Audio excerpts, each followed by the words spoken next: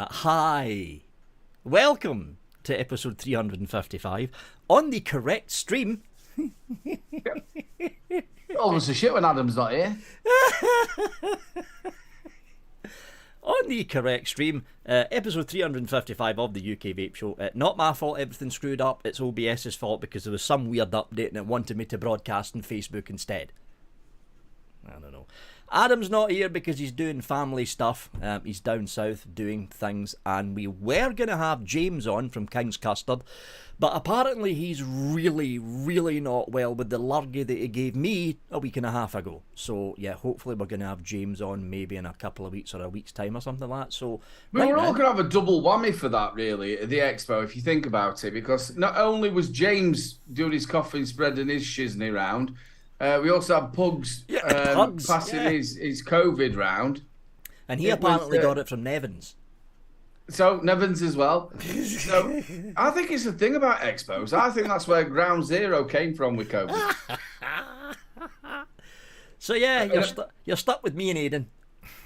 Well, a lot of people blame my brother for that, don't they? The Soliomies. The solos. The poor lad, he was so gutted about that because I think it was 2019, right? Or 2018? Yeah, I think it was 2018. It was 2018. It was 2 years before COVID. I thought, no, because when did COVID come out? COVID kicked off at the end of 2019.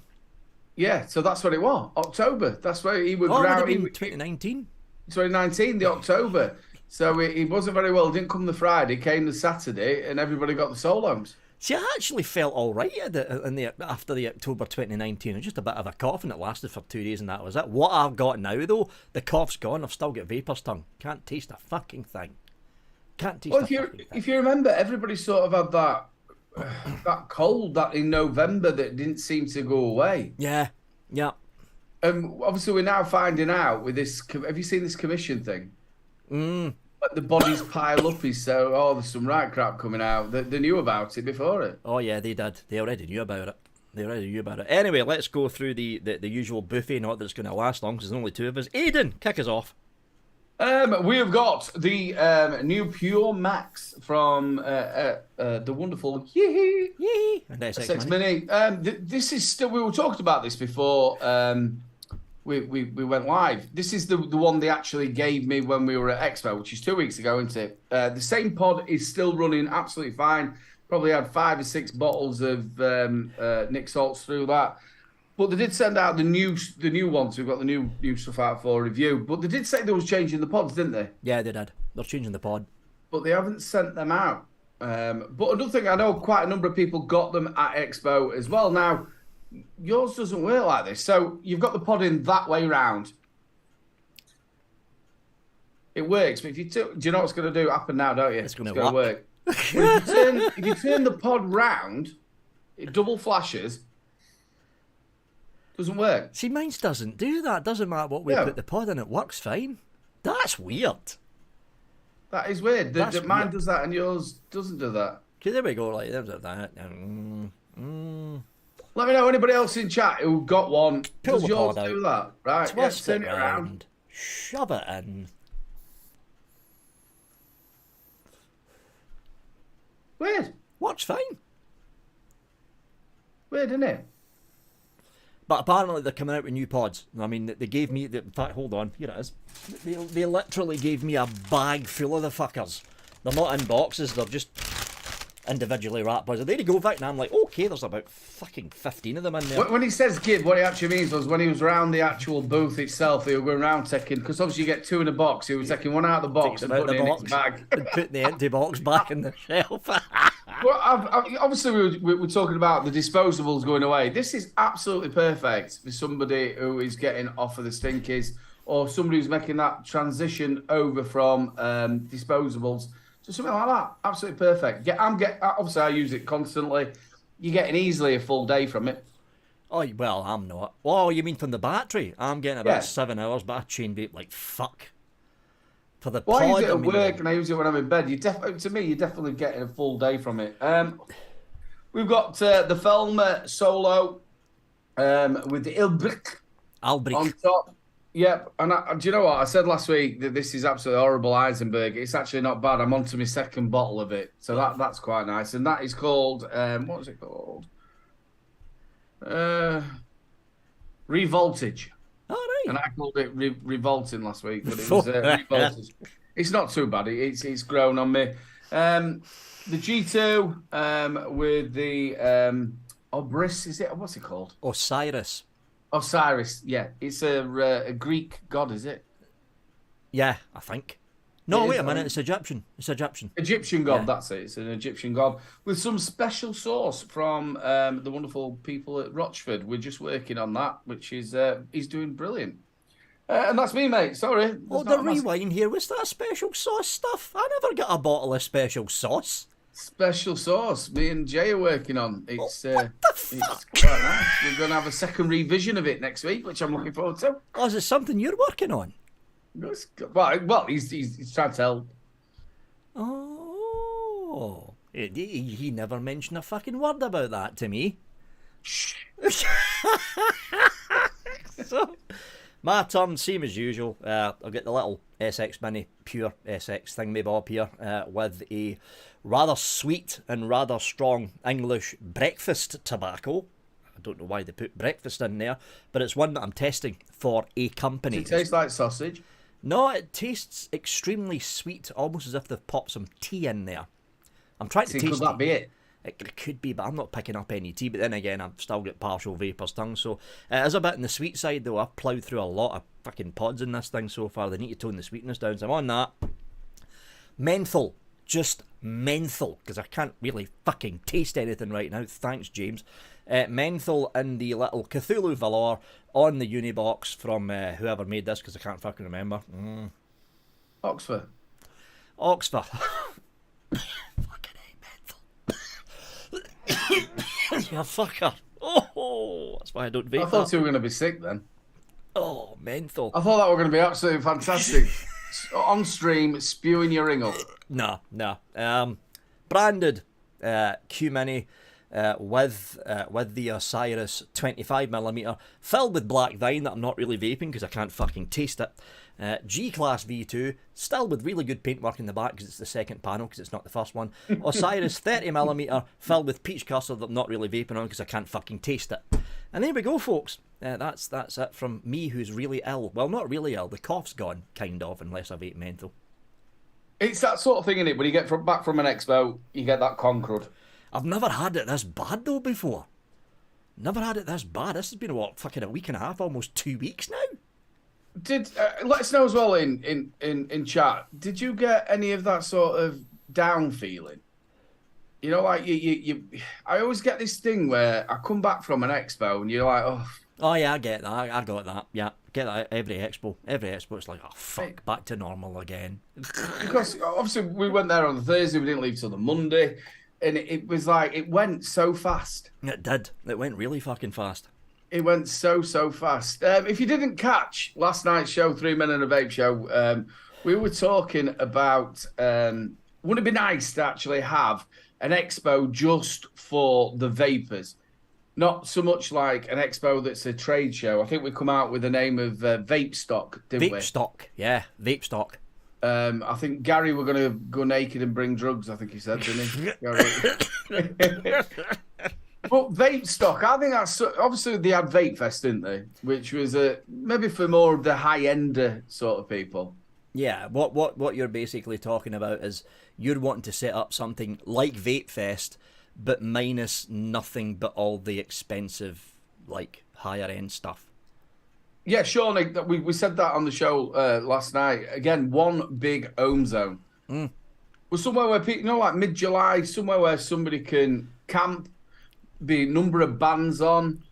People can have stands that are maybe inexpensive. Obviously, They're going to have to pay a little bit to it.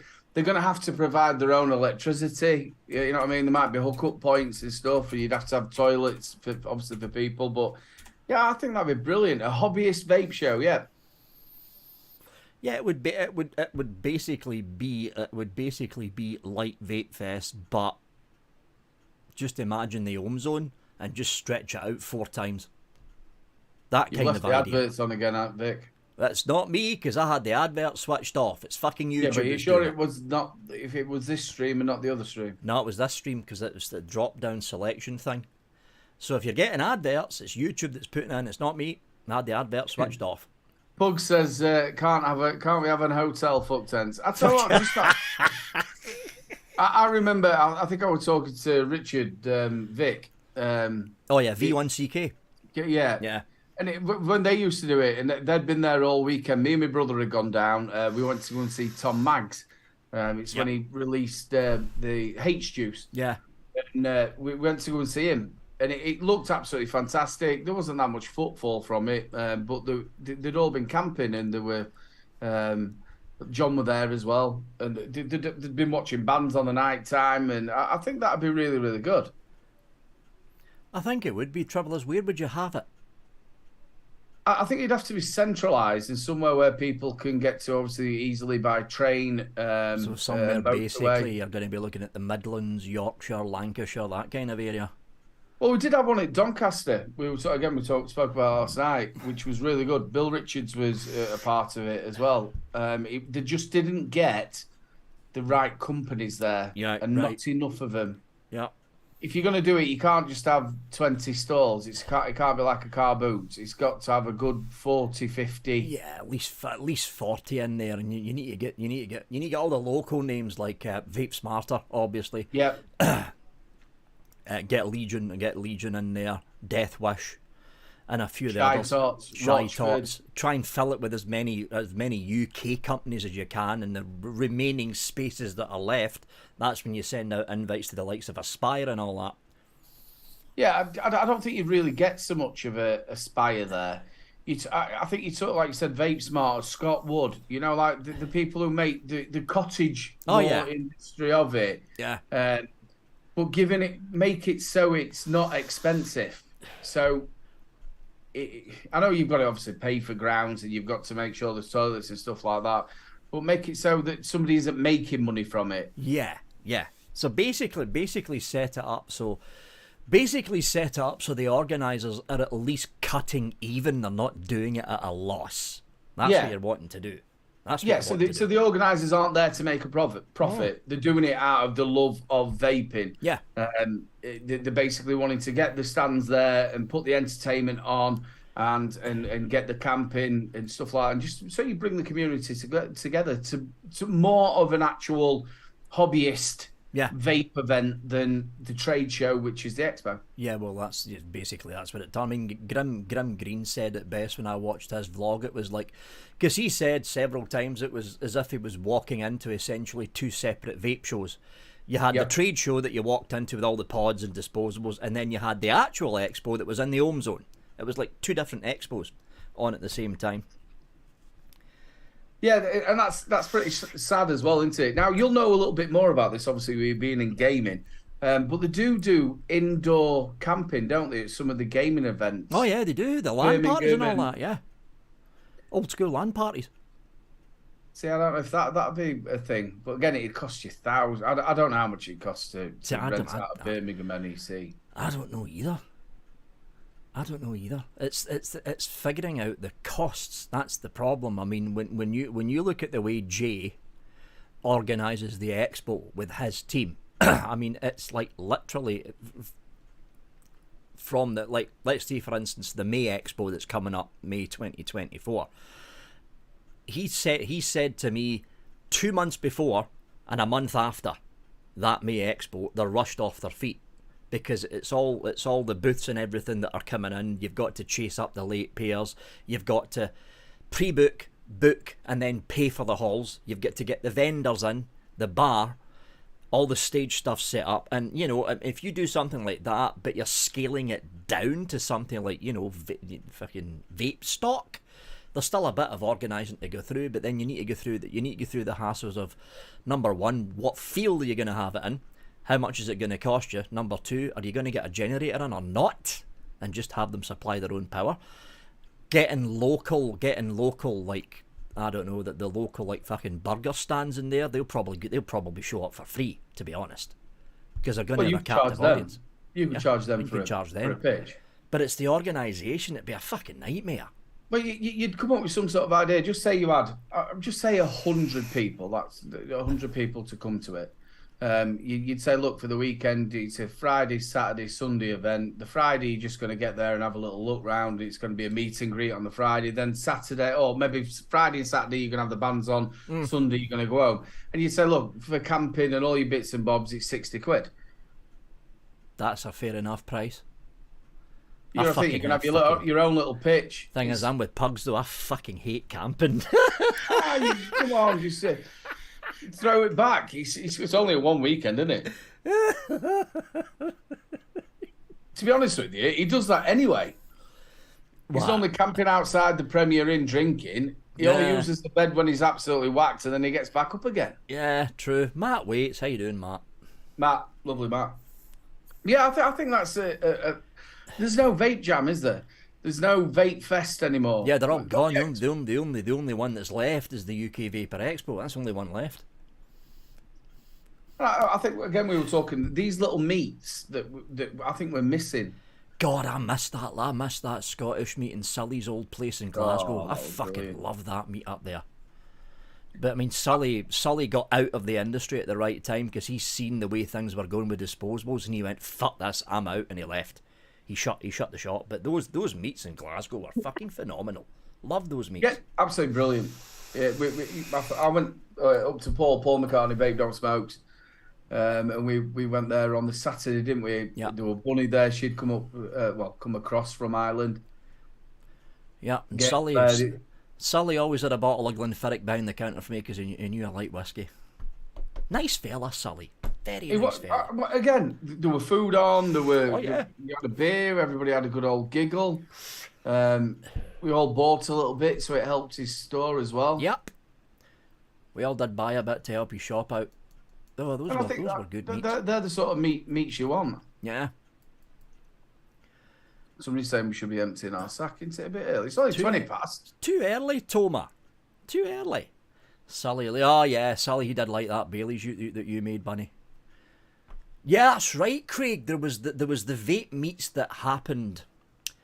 I think it was a Glasgow. It was another Glasgow vape shop that organised it. It never took place in the shop.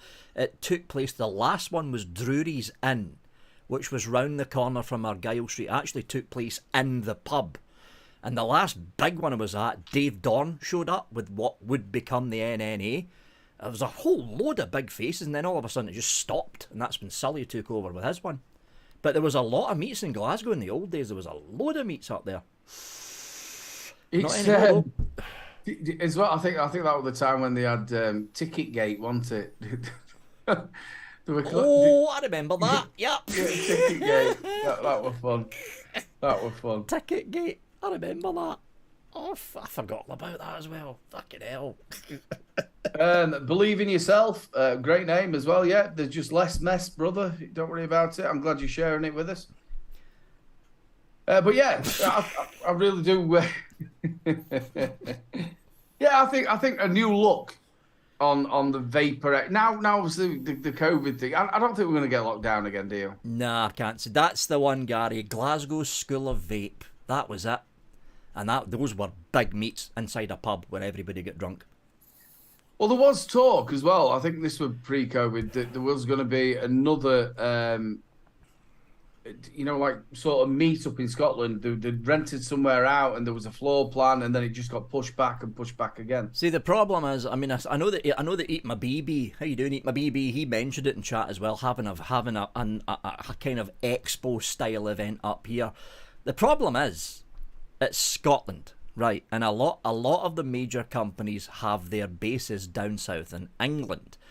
The good thing about the UK Vapour Expo is it's in Birmingham. It's basically central. You've got a direct line from Glasgow Central on the train straight down into Birmingham International. And if you're driving, you can take the motorway straight down. The problem with having a vape if you're flying. Or if you're flying as well, yep. The problem with having a vape meet, the only decent big place is the Scottish Exhibition and Conference Centre, which is just outside the centre of Glasgow. Travelling to that place is a fucking nightmare. So that's why, I mean, there was rumours there was going to be one at the SECC a couple of times, but the sheer planning and then travelling to that venue, because it's not like the NEC, it's outside Birmingham, basically. The SECC is practically inside, well, just outside Glasgow city centre, and getting there, it's a fucking nightmare. So that fell apart. Well, again, though, if you look at Vape Jam, that was normally in the XL, wasn't it? Yeah, in the middle of fucking London, practically. That was a fucking. But again, that was a little bit difficult to get to as well. You know, there is a Premier Inn and a travel lodge around it, and I know you can get there was like a monorail train thing to it as well. Well, it's not just. I enjoyed that. The first time I ever went to it, Mark was obviously doing that talk for the NNA. That's right. It was just full of it. It had everything. And it wasn't just, and then the second time we're what we called Juice Jam. Yeah, that's because I think what happened with Vape Jam was a lot of the companies that were going to go to Vape Jam, like hardware companies, they were faced with the decision: should we go to Vape Jam or should we hold back our marketing to go to the UK Vapor Expo instead? And I think they chose the Expo. I think that's what happened. They were all quite crammed together. I think that's the first time I met you, Mad Hatter. I think we were there. We were watching some bloke do some moves, dance moves next to the stage, I think. Old Chris Empire. Yeah, there were a bloke just doing these like moves and whatever right next to speakers, all on his own. I don't know who he was. In fact, I think the kid came up to me and Mark and said that he was setting a company up where he was going to deliver vape juice on his bike in London. And what he was going to do was, you know, like the Uber drivers sort of do it. And I think this was, or Just Eat. I think this was sort of like before that become proper popular as it is now. He was going to do it, pedal around London, just dropping bottles of juice off of people. Fucking hell, okay. It's in Mad Hatter's vlog. Yes, it was very, very funny. This kid, it was quite animated. But yeah, you missed them sort of characters. Yeah, you do. You do. You don't really see that many of them now. The characters that we used to see back in the old days, or the old days, it's not really all that fucking long ago, like half a decade ago, basically. Yeah. You don't really see them now. It's way too commercialised. But you would actually now like a juice jam, wouldn't you? You know, instead of a disposable jam. You'd like more juice companies. Yeah, more juice companies. Jam. I wouldn't. If Vape Jam was to open back up again, and it was like the last one with just nothing but juice there, I don't think anybody would complain. I don't think they would. No disposables, just juice. I think a lot of people would be so happy. I think they would. I think they definitely would. Well, yeah, I think that's what we need to look at. Is maybe something back for the hobbyist, like a big home zone, and we'll call it Vape Stock. You never know. Stock. Watch out next year, summer. Yeah, not in May, because May. This is why I never really. This is why I never really figured out why didn't the UK Vapor Expo hold it in June or July? It was May, so it's not quite summer. It's still got that little bit of a cold edge sometimes. It's like, why don't you just have it in June or July? The fuck. Again, though, if you remember some of the expos that we've been to in May, it's been absolutely boiling. Yeah, and in October, we have sat out there in t-shirts. And it's been hot. But it wasn't this time. It was absolutely freezing. It was fucking. The rain was belting down for some of it as well. I fucking slept through most of it though. Well, Saturday night you did. I think it was the bit where we got back. We got a taxi back because obviously his legs were bad. I said I'd walk, but he was just like, "No, we've got to get a taxi." So I couldn't leave him on his own. So we got in the taxi, and I go to him, "We'll have one before we go before dinner." He go, "Yeah, we're just having one." So then it ended up like 4 or 5 later, and then that's where he were fast off asleep. Yeah, that was out. Plus took the tramadol as well. Well, you overdid it, didn't you? The Thursday and Friday, giggling your tits off, walking over to the behind the scenes stuff. Yep. Right. Should we get what we're doing first? It's box 1. Oh shit! I forgot we were doing that. Yeah, I forgot we were doing that as well. So we do have a mini raffle and a mini auction. From what I'm trying, I can't fucking remember now. It was me that fucking organised it. We are doing item 1. Item 1, which is the raffle system. So item 1, we need to do that. Grab you. It is the Ultroner Victory. So this is up on the raffle system. That's it there. It's It was one of those mods that Ultrona released when they were still kind of working with Asmodus, but not publicly admitting they were working with Asmodus. And the rumour was it was Asmodus that built the shell, that green thing that you're looking at, the stabilised wood, but it was Ultrona that supplied the chip and board. But if you look at the actual mod, if you win this in the raffle, there's no mention of Asmodus anywhere on this mod. It just says Ultrona, and I think this was the point in the Ultrona and Asmodus team up where they were basically falling out with each other, and then they just split apart and went their own way. Cheers, Aidan. I know we're actually. Is this the raffle bit then? This is the raffle bit, so I need to bring my window in. Whoever wins it, I've got it. I know a lot of people love these sort of colours and stuff like that, but it just always reminds me of baby diarrhea. Oh, for fuck's sake! It does. I hate them colours. So whoever gets their hands on this in the raffle system, try not to think of baby diarrhea. Thanks, Aidan. But you do get a nappy with it. It comes in it, wrapped in it. Right. So what I need to do, I need to bring that up. I need to get rid of you. I need to get rid of you. Accept all that. Yes. And then I need to bring this window in. I'm going to move you over to there. So I don't know what the fuck I'm doing now. So... Well, that don't make a change, does it?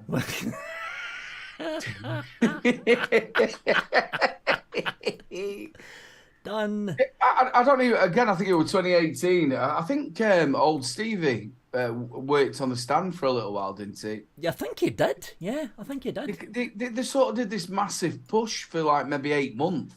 And they brought out like a little sort of like pod device, and it were all stabilised wood and. Because I know Ultrona is still out there. They're doing like pen-style starter kits. Asmodus, I haven't seen much from them for a while now. I know they're bringing out that they were supposed to be bringing out a new Minikin mini kit about a month and a half ago, and that just fizzled out and didn't appear. So well, I think the last time we had anything with the V3 Minikin. Yeah, something like that. And that's going to be 2018, I think. Okay, I'm going to pop everyone's name in there.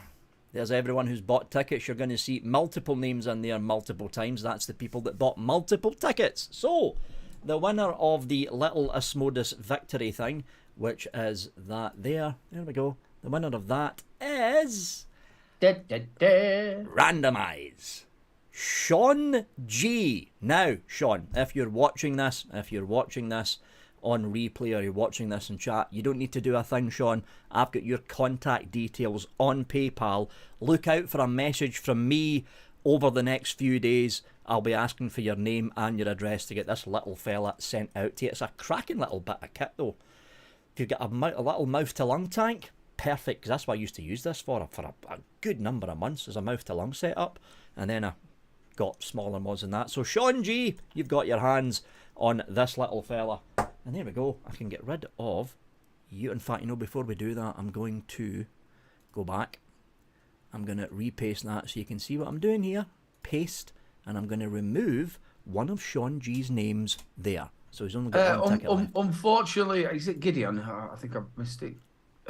Yeah, Gideon, 4,000. You can't buy any more tickets now, can they? Because obviously you've got all the names in. Yeah, all the names are in now. All the names are in. I know this was really, really short notice because, hey, I need the fucking money. That's why it was short notice. Just being innocent. I'll tell you what, people, you can't say he's not fucking honest, can you? Just being fucking honest. A lot of people would have... maybe not be so honest. Nice to see you, Barry. Enjoying my pixie juice, absolutely fantastic. I think he's on the Saturday show this week, I think. How Barry. you doing, Barry? Oh, is Barry in the Saturday show? Yeah, I think he's on there. Really, really nice. Him and his wife. And the pixie lady was really nice as well. All I'm going to say, Barry, is watch out for that Blumpkin fella. Yeah, you're going to have to watch out for him.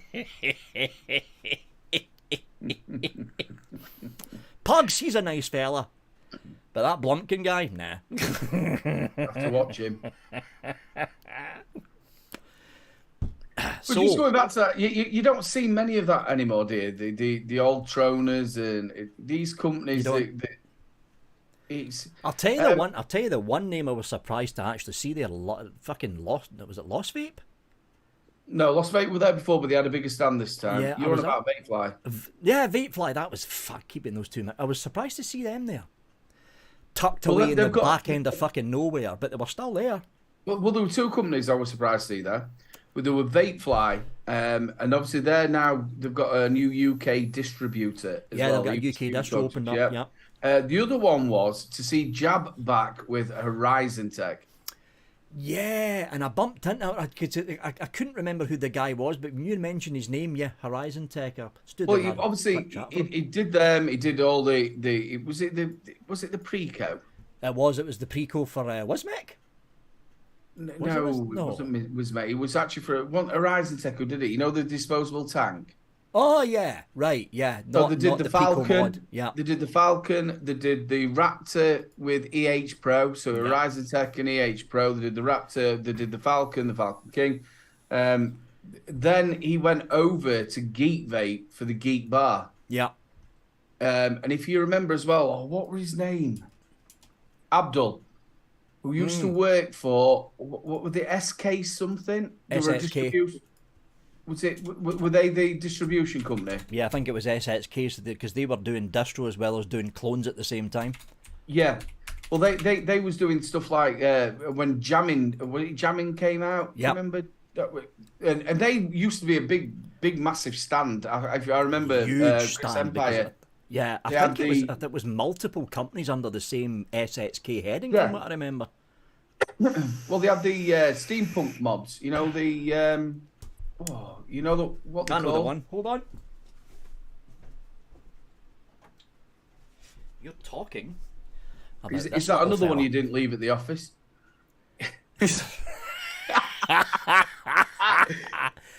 You're talking about this fella.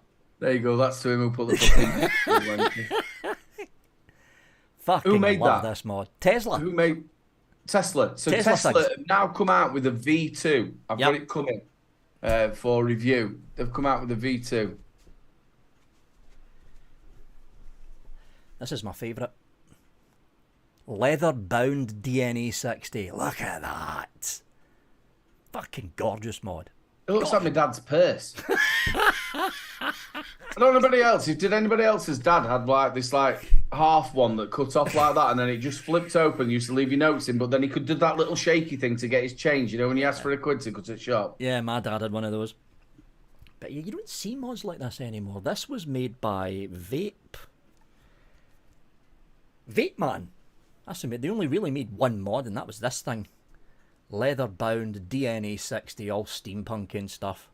DNA as well? Yeah, DNA 60. It's an old mod, this one now. Old mod. But yeah, I've got a few steampunk mods up there. But yeah, they used to have them sort of stands that were there, and obviously Premier E6. Are they still going Premier? Is it Premier? Oh yeah, I think Premier are still going.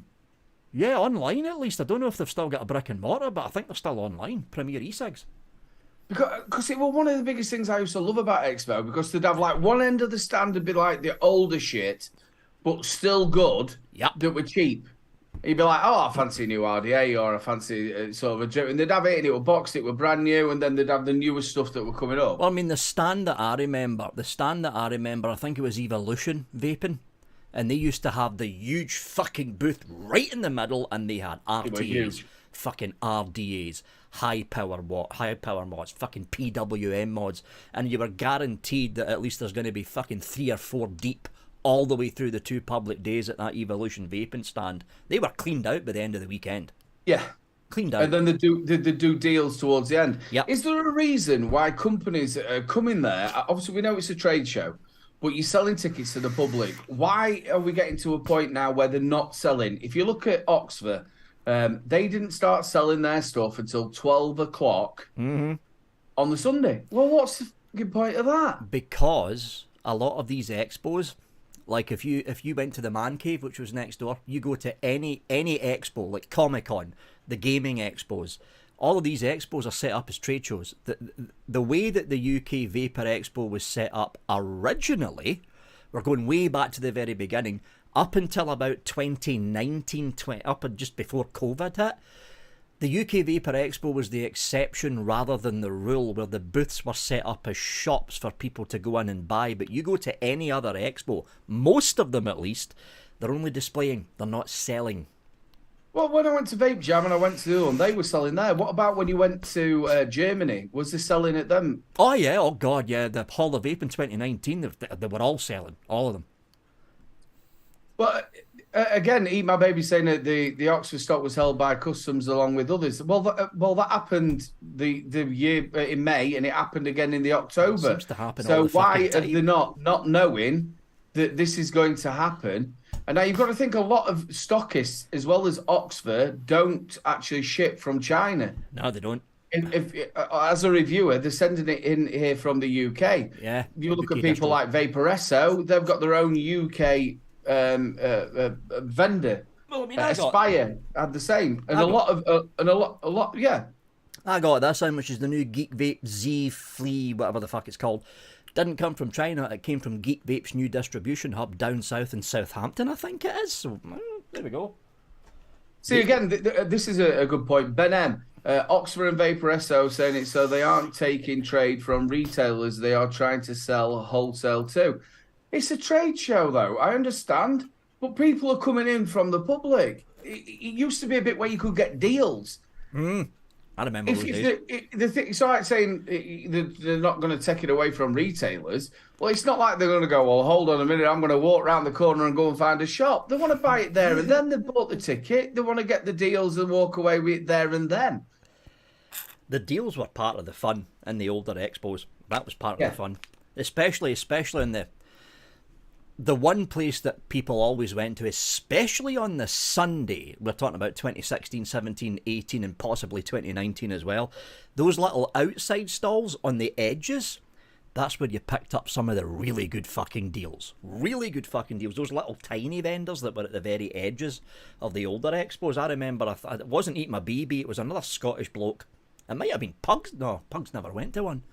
No, I didn't know. It was another Scottish reviewer, I can't remember his fucking name now. But he went to one of those little outer stalls and he picked up a Wasp Nano for 50p. 50 fucking pence. I'll tell you who it was. It was new out one too, where it twisted something. I can't remember now. It was twisted something. Paul McCartney pushed him as well. Can't remember, but yeah, he picked up a Wasp Nano for 50p. But you know, like you're saying that, the whisper would go around. I remember, you know, like we'd be sat round either where the bar was or wherever we'd the whisper would go, I'll tell you what, get yourself over to there. They're doing this for £10. They're doing that for that. Yep. Did you see this? Did you see that? There were mods as well from companies that you'd never ever heard of. You think that looks really, really nice. And you go, and they were like, no, we're holding on to this. But then you'd sort of talk, well, I'll give you 30 quid for it. Yeah, go on, and you can have it. Yeah, I think, to be honest, I think those days are over. We'll need to wait and see when this disposable ban, whatever they're going to fucking do, is going to be announced at the end of January. We can only wait and see what the landscape is going to be like for May. Obviously, again, you know, the shipping sort of side of things. Again, us as reviewers, you know yourself. A lot of it used to be channeled through Hong Kong, wasn't it? Yeah, most of it was channeled through Hong Kong. So that sort of had it shut off, didn't it? It's been shut off, really. So it was a simple way to get things out. So I don't think it's as simple to get stuff from China out over to the UK. And I think this was a reason why Aspire, Vaporesso, these people started having European distribution hubs. Yeah. Because before it was quite simple. They worked it through with Hong Kong, and then it is Hong Kong, isn't it? Yeah, it's Hong Kong, but the Chinese government shut that loophole down when they brought out their own rules to do with e-cigs being sold internally and e-cigs being shipped out. The Hong Kong loophole was shut down. That's why nothing goes through Hong Kong now. And it fucked a lot of people up, actually, that law. A lot of people up. John Yodel. Yodel. I didn't see anything about vape tax. Well, you never seen that? It was in King Chucky's speech. Part of the bit about obviously they can't buy cigarettes. Yeah, part of the plan is they're looking at. It's not going to be like a stupid fucking tax like Germany done, but they're looking at a small kind of tax. The word from the Department of Health was not as bad as the smoking tax. They put that very fucking clear at the top, but they are looking at some kind of taxation, probably another 15% on top of the VAT. That's what I'm guessing. I'm another 15% on top of the VAT. That's terrible. Why? Because they need to get their money from somewhere. The country's skint. So I'm thinking they're not going to put that on patches, and they're not going to put that on gum, and they're not going to put it on sprays. No, it's just vaping. That's what they said. Just vaping. So it's a stop smoking product. Yeah. But we put it on all of them. But they did say they're not going to go nuts like they did. They're not going to go nuts with it like they did with smoking. So you're not going to see the kind of fucking 50, 60, 70% tax rate that you've seen over in Germany. What I'm thinking they're going to do is it's going to be 15% on the wholesale side on top of VAT. And that's not per mil. So you're talking about a whole bottle of liquid. It's not going to be per mil like they've done over in Germany, because that basically ruined the e-liquid companies over there. Vaping head, everything's blamed on Trump. I can't see why he's got anything to do with what happened in Hong Kong. It's China. They own it. We gave it back to China. It's them. I don't think it's Trump who had anything to do with that. Village, exactly, because the government are money-grabbing bastards. Yeah, totally. Yeah. But I don't think it's anything to do with Trump. No, Trump's gone. To do with Hong Kong. Although the demented idiot they've got in fucking power now is not much Probably better. just as bad, yeah. We better get casters' questions done here, because we're almost at fucking 10 o'clock. Are we? Jesus. It's 10 to 10. It's cowboy time. Are we not doing another auction before it? Or? We'll get the first question through first. Okay. We'll get the first question through first. So, you don't have Adam's dulcet tones reading this out, so you're going to have to suffer my voice instead. Tough. First one's from Tomer, who's in chat. How you doing, Tomer? Do you feel that the expected vape disposables ban will affect vaping in the UK or Europe? I mean, will regular vaping be banned afterwards? No, that shuts that question down. When will the world finally agree that vaping is a safer way to consume nicotine? I feel like there is no advocacy about it anymore. There's advocacy in the UK. NNA, UK VIA, IBVTA, what's left of them. But, I mean, you just need to look what's happening over in Germany right now. They're getting fucking hammered with tax over there. Like, hammered with tax over there. And I've always said this, we've had it lucky in the UK. Because we've had a Tory government for more than a decade. They were there in government all the way through the golden age of vaping up till now.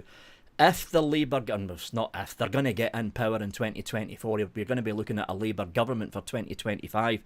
If Labour try and force a flavour ban in, they're going to be up against tens of thousands of vape shops up and down the country, a big trade block called the UK VIA, a smaller trade block called the IBVTA, and they're going to be up against the NNA. I don't think the Labour government, if they get in power, is going to be able to implement a flavour ban. It won't happen. Obviously, we spoke about this a number of years ago about how the Americans sort of, and again, if the Americans who are watching, I'm not having a go at you, but a lot of them just sat on the laurels. They didn't march. They didn't do anything. And then by the time they did march, it was too late. Way too late. Do you think us here in the UK would stand up a little bit more, or do you think we might just roll over and say, do what you want? I don't think we'd roll over. I honestly don't think we would. If there was a call, pin message, thanks for reminding me, Bunny. If there was a call for some kind of demonstration in Parliament Square, I think there'd be fucking thousands, tens of thousands of people showing up. Easily. Because you've got, like, it's not just thousands, it's tens of thousands of vape shops. The vaping industry is embedded in the UK high street now. There is not one town or even village that you can go to in the UK where you will not see at least one vape shop. It's embedded. Okay, we did a poll last night, and I'd like, obviously, you love your polls. I love my polls. So this poll that we had last night was, do you use a vape shop? So can you put that as a poll? A poll? Yeah, I love a poll. And I tell you what, last night we were so surprised. Now, obviously, we haven't got the numbers of what we've got on this show on mine, but I was so surprised. Let us know in chat, do you use your vape shop, your local one or one in town? Because we were talking about how bad the high street's getting. And it is getting bad, isn't it? Oh yeah, it's getting bad. Although I mean, fucking the high street here, it's dire. It's been dire for the past fucking decade now. The only time you'd want to go down Irvine High Street is for 3 reasons. Number 1, you want to go to the bookies. Number 2, you want your nails done. Number 3, you want to go to a vape shop, because that's all that's left. Bookies, vape shops, and nail salons. Well, again, if you look at where I live in Bentley. Before there were banks, there were post office, there were 2 butchers, there were greengrocers, there were more pubs as well, because all them they've shut. We're down to 2 pubs and that's it, or 3 pubs. So now in ours we've got 2 bookies, we've got a Tesco's, we've got no butcher, we've got probably around about 7 hairdressers. 7? About 7, 2 nail bars. This is all in one little high street, which is probably, I don't know, 500 yards. It's not massive, you know what I mean? Then you've got probably 7 takeaways. Oh yeah, we've got a whole load of takeaways here. Loads of fucking some of them are really nice as well. So you're either on a bargain booze as well, and a like a one-stoppy thing. So you're either an alcoholic, you either really need your hair done, or you've got a gambling addiction. Yeah. It's the same with the high street here. Okay, we don't need to go and post anything. The post office now is at, I think it's called Swarrens, which is all the way down there. The lovely set of people, but you've got to walk all the way down there. You can't put your money in. It's the fucking same with it, because our post office get franchised out to a fucking hardware store. You need to walk through the entire fucking hardware store to get to the damn post office. Same here.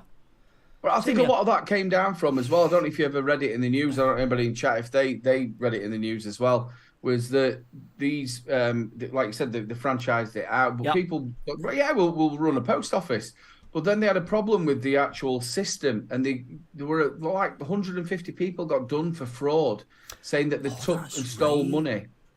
And they hadn't actually took and stole money at all. What had actually happened was the system, the computer system they were using, messed up. And some people went to jail for it. They had to let people out, and they're only just getting paid out. And this happened like 4 or 5 years ago. So a lot of people went, "Sod this! I'm not getting involved in this." Yeah. So there we go. Good question, Tomer. And we're gonna do what we're gonna do. We'll do item 2, which is item 1 was the Ultroner. Item 2 is the Dot Mod 300, which is another raffly one. I like the raffly ones because it's like boop, and it's done. So up for grabs. I was using this, by the way, all the way through the UK Vapor Expo. It's one of the older Dot Mods, because that's what it's called. It's from Dot Mod and it's called the Dot Mod. This is the non-DNA internal LiPo variant of the Dot Mod 300 watt mod, and it does actually hit at 300 watts. If you try and vape at 300 watts for any length of time, that little LiPo is not going to last you all that long, though. The LiPo's been replaced once by, who the hell done it again? Jay, that's it. Yeah, Jay replaced the old LiPo because the first one fucked up. Basically, it puffed up and it got all. So I sent the mod down to him. He put the new LiPo in, done a bit of protection, soldered it all in because I'm shit with a soldering iron, and sent it back up. So the LiPo that's in. No nails, it? No nails. No hot glue either. So it's basically a relatively decent LiPo that's in there, slightly higher milliamp power than the one that was in there previously. It will hit the 300. It's a fucking hot vape when you put this thing to 300 watts. Vaping it at around, if you're going to put a rebuildable tank on it, something like 0.2 ohms, 0.3 ohms, running it at around about 90 watts, you're going to get a good day and a half use out of it. So this is a raffly one. So I need to bring up that, and I need to bring you over there first. And then I need to do that. So there's everyone's name already in there. And the winner of item 2, which is the Dot Mod 300 watt non-DNA variant, is David T. No, not David Tennant. Just David T. David, if you... Okay, be cool if it was, though. David, if you're watching this, you don't need to do a thing. I will be contacting you via PayPal, Messenger, email-y thing, whatever the fuck it's called, over the weekend for your address details. And I need to go back, and then I need to According to Ben M, he needs to shave his balls, apparently, with the adverts that are coming on. What? Well, that'll be Manscaped. Yeah, if I can give anybody advice, get yourself Brave as a browser, because it'll cut all that out. It will. And I'm sure you'll sort it out for next. Okay, we're going to knock out one of David T's tickets, and then we're going to get rid of you. And I'm going to make a little note here in my notepad that David T won box number 2. I think there's a raffly one up next. I know that somebody in there is hanging around for one of the raffles. Right, so I need to do. Well, the next one's an auction. T. Yeah, next one's an auction. We'll get a question in first. So we'll alternate it between auction and questions. Who's up next for the? Who's up next? Who are we looking at here? Why would you, Shrek? Why would you pay for premium when you could just get Brave as a browser and it cuts it off for free? I'd never pay anything to YouTube. Taking up bloody money. Yeah, they do. Oh, here we go. Mr. William Dobson. Everyone, hang back, relax. It's going to be story time. Mr. William Dobson. Fluff. Planet Shuffle. Age. Can't remember. And so, we are ready. We are getting ready, as well as we'll be arriving at our destination in a few days. So all hands on deck, on board this Nexus class starship. To all casters of the UK's don't cough, #1 show to do with vaping, broadcasted from the UK, that's the UK Vape Show, thank you very much. You all have one and only one opportunity to talk to someone from history. Who would you choose to talk? This is a good one. Who would you choose to talk to and why? And remember, Vic goes last. Thanks for that, William. So what you're saying is I need to find somebody in my head from history who I'd like to talk to. Yeah, and only one person, and you can only talk to them once. From history. This is a good one. It is, yeah. I wish you could go first. No, he says I've got obviously to go last. Obviously, with you being a couple of years older than me, you probably know a little bit more of the... Oh, that's a get the age thing in. Well, I did like that little bit about if you were an AI reviewer. That was pretty good. I'd be taller. Who would I actually want to? Well, it all depends. It all depends what sort of era you want to go into. You like, if you're talking like westerns, you'd want to talk to Billy the Kid, wouldn't you? And if you were talking like wars, you'd be looking at Genghis Khan or Hitler. Yeah, I'd probably. I don't know. I love watching people, and I also like gauging people. I'm one of these people. I'm very good at gauging people when I can sort of tell by their expressions and the way they are. So I'd probably like to sit down with Hitler. Yes, I would, and sort of gauge. Obviously, I've watched so many documentaries on him and Second World War and stuff like that, and I would probably just sit down there and gauge where this man was coming from. And ask and try and see if he was absolutely. I'd be sat down there trying to get him insane to eat that cheese sandwich.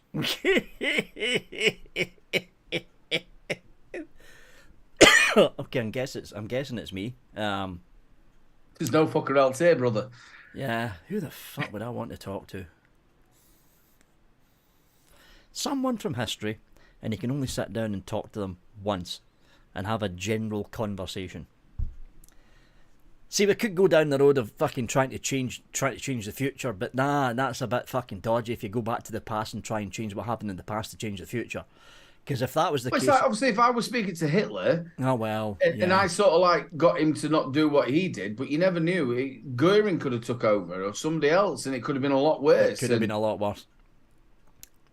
Surely we're not there to change history, but you're there just to talk and listen. Just to talk and listen. I would go for... Prozac. Yeah, well, apart from that, I would go for Frank Sinatra. Just sit down and have a chat over a couple of glasses of whiskey with old blue eyes. See again, you especially, you know what, if your chat wasn't going to go anywhere, wasn't going to change history, you could sort of like talk about his connections with a mob. Yeah. Marilyn Monroe, Yeah. them sort of things all the way whole- through. If you did that way, JFK would be another really one to be able to sit down and what was happening behind the scenes. Behind the scenes with him. I mean, that whole JFK, Marilyn Monroe and Frank Sinatra triangle, Sinatra knew a lot what was going on in the fucking background. He knew a lot of what was going on. And again, obviously, when John went to go to elections as well, they knew that he knew a lot about what had been going off, and that's why he got bumped off as well in that hotel, wasn't it? It was, yeah, it was. Was he a Portuguese waiter or was he Iranian? I can't remember now. Well, he always says that he can't remember what he did. That he was actually he went for the whole insane plea. That's what he went for. All that he'd actually been, like somebody had planted the seed. Like you get these hypnotists. Yeah. He went for the. Great question that. That was a good question, Mr. Dobson. Usually but that's again crazy. The things that they've done. Lenny McLean, I'd love to have spoke to him as well. Oh yeah. Pretty Boy Shaw, people like that. Good question, Mr. Dobson. That one made me think. So, right. So we've got an auction. We're gonna. All right. That's because the auctions take a bit longer. So yeah. Pop the picture up. This will be popping up now. Box number 3. I know there's a few of you that are looking forward to this. This is the Fakir's Mods. Fucking, what's the name of it again? Hold on. Illusia. That's it. It's the Fakir's Mods. Fucking hell. I know. Fucking tell me about it. My head's wasted. This is the Fakir's Mods Illusia mech. So this is a straight mech. The button is that thing sticking out the top. There is no wires in this. There's no chip. There's no board. It is a straight mechanical mod. Side-by-side base. It's the original version 1 of the Fakir's mod. It's not the remake of the Fakir's mod that was released about a year and a half ago. Cheers, Aidan. Sorry, my fingers were busy. So... Please remember, people, it is a fucking bomb. If you don't know your Ohm's law or you don't know your battery safety, please do not bid on this. It is not for somebody who's using a pod system. It may look nice, but it can explode.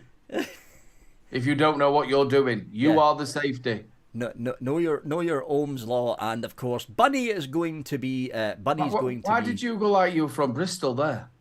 What? Know your Ohm's law. Know your Ohm's law. Vic turned into a fucking farmer. When did that happen? I don't know. So 3 minutes. Know your Ohm's law. 3 minutes on the timer. Bunny is going to be the judge of who won it. You can start your bidding now. Thank you very much. Oh, for the people wondering, I'll just take this off. This little fellow. It's a long switch in this. This little fellow. Village Vapor. It sounds like his backside after a curry. Or it is 21700 compatible, if you're wondering. So there we go. So it is 18650, but it's 21700 compatible. Yeah, you can put a 21700 in there, and there is your switch at the top. Full mechanical. It's actually like very, very nice mod, this. But then again, I don't really trust myself with mechs. It's been sitting in. Can I have a look at the 510? What? Oh, the 510. Yeah. There we go. Full 510 connection. None of this hybrid crap. So yeah, full 510 going on in there. There we go. Pop you there. There's a lot of people are going to like that. It's again, it looks really, really nice as a side-by-side, doesn't it? Oh my. Obviously, make sure that whatever you use on it, your 510's protruding. It won't matter with that because it's got a 510 connection at the bottom. Has it? Yeah, it's a full 510. I thought it was a. No, it's not hybrid. There's your 510 pin there. Got you. So it's a full 510, so it's not hybrid. You'll be safe.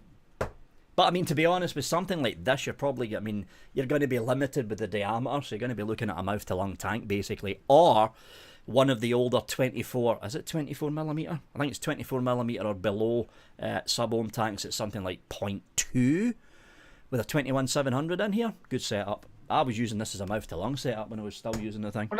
When I looked at it, I thought it was straight through. Oh no, not with that type. Not with that type. How comfortable is it using it? Obviously, you must have used it. Well, it's got a kind of shape going on like that, so I was using it like that and finger firing it from the top. That's the way I was doing it. Finger fire from the top, or you can hold it like that and thumb fire it from the top. But it's not stabilised wood, it's treated wood. So you've got a treated wood chassis going all the way around. It's very, very comfortable to hold. Very comfortable. Cracking bit of kit there, losers. And the Mark II version of that, I think they altered the switch, so it was a shorter throw. That was really the only change that. Come on, people, 50 quid. And Matt says it'll be Turkish walnut. He's right, actually, it's Turkish walnut because Illusia, I think they're based in Turkey. Fakirs, I'm sure they're based in Turkey. Fucking Turkish seriously, walnut. Batteries, fucking batteries. I think some of my batteries are starting to die because they are not holding the charge the way they used to. Vaping Bic, I ain't got a clue what this means. How well did you treat that wood when it was disobedient? I take it Vaping Bic's a little bit like Mr. Grey. £60, come on, people. Oh, I think Pugs has sniped it. Yeah, Bunny said stop bidding and Pugs got in there with the 60 quid. Yes, people, Fogstar is absolutely fantastic, especially if you wait for a Friday. You get an email through for Fogstar Friday and they'll give you, is it still 20% off? I think it's still 20%, yeah. I think it's really, really good to get your batteries from. Or, if you have a business, this is the trick that I done when I was getting these batteries down here, you can actually go wholesale if you're going to be ordering more than 50 batteries, which is what I did. They say, hey, you know what, there's the wholesale account, go in there and you get a fucking big discount in wholesale. So if not, just buy them from Vic. Oh, wait a minute. According to Bunny, Pugs just missed out. Mike Haynes got it. Oh! Where are you, Haynes? Where are you? I'm not getting involved in this. It's nothing to do with me. I'm just one of the casters. Yeah. Well, Bunny's got the final thingamabob. So what was Mike's bid? I need to scroll up here. £50. 50 quid. Okay. There we are. Not in my... Yeah. Yeah. Bunny's got the final... Well, hold on a minute. Mike Haynes, the wonderful man that he is, has said that Pugs can have it. Oh, are you sure, Pugs? Not Pugs. Are you sure, Mike? Yeah, Mike's saying let Pugs have it, so it goes to Pugs then. I'm confused. Oh, that's really nice. Mike's a lovely bloke. He's a lovely bloke. I think I can't remember where he's just been. He's actually got an award as well. Yeah, he's been a couple of talky things up on stage talking. Yep. So, Pugs, you won it, brother. Okay, yeah, Pugs, you've just got your hands on this. Pugs for the bid of 60 quid. You've just got yourself a fucking deal because these things were a fortune when they first came out. So what you need to do, Pugs, up there at the top, there's the PayPal me thingamabob. Pop up there, pop your 60 quid in, then send me an email to the email address of... Where's my mouse went? There it is. There. But if you want to wait till May, he'll drop it off to you. Anything with that. That's not UK. Yes, take the poll down, Vic. We'll have a little look at that once he's done that. Send me an email, victor@vapingwithvic.co.uk once you've paid with your email address and all that stuff, and we'll shut that poll down. Wow, that's a split. Look at that. 51%. There's 101 votes on that. 51% say yes, 48% say no. So basically, practically half the people in here don't use a vape shop. I'm actually surprised at that. Mind you, if you think about it, I mean, a lot of the people watching this are going to be dealing with kits like this or high-powered stock coil sub-ohm tanks. They're going to get their coils online because it's cheaper. They're going to get their juice online because it's cheaper. So, Actually, I'm one of these, though. I'd rather have it... It's like, obviously, mine's on the corner, so it's quite easy to go there. So if I want some Nick salts, I want to change a little bit, then you get it there and then. You're not waiting.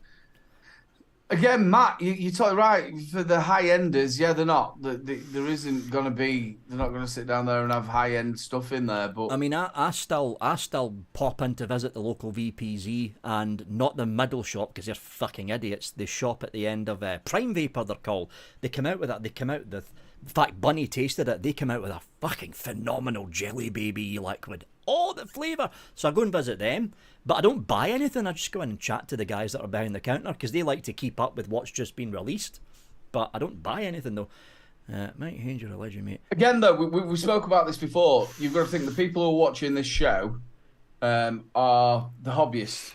Yeah, they're the hobbyists. The 90% of people who are walking through the bricks and mortar stores are going to buy the same juice, the same coil for the same device, and they're never going to change it until it's broke.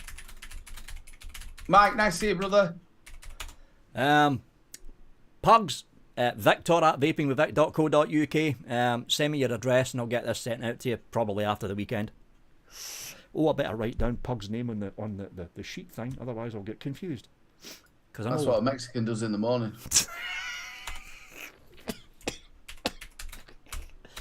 Box 3. Chocolate Chimp, I use both shop and online. I like to support the shop.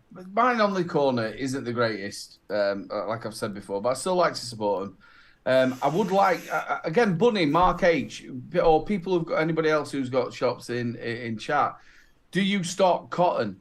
Do you stock wire? I know you're not going to sell a lot of it all the time, but it's always nice if you're going to get that hobbyist who wanders in. See, that's why I don't buy anything in the local vape shops here, because, I mean, VPZ, they stopped selling cotton, coils, rebuildables. They just do smock, vapor SO and some UL stuff, and I've got no interest in stock coil tanks.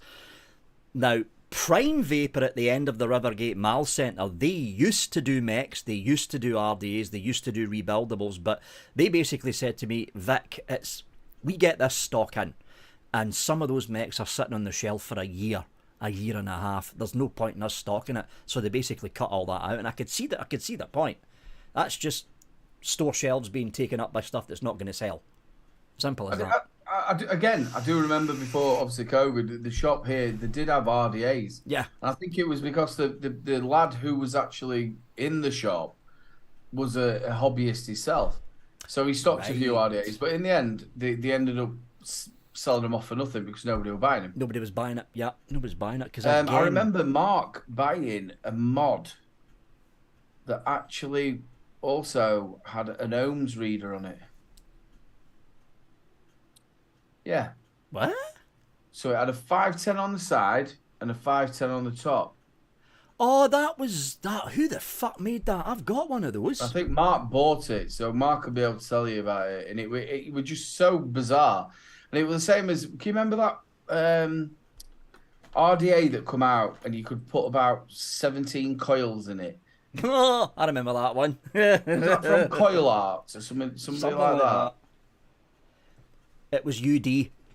It was UD that made it. Yeah, you had the 510 on this side, and you had the 510 at the top, and you could turn it to the side and use it as a mod, or have it sitting down flat and use it as a build platform. It was a UD product. I've got one here, fucking somewhere. Don't know where the fuck it is. I need to drag it out. Catch you later, eat my BB. Big love, eat my baby. What was that one that was, again, probably Matt will tell us. It were huge. It were probably around about that big, RDA, and you could fit shit tons of coils all in it. And then I don't know if it was from Coil Art who did it.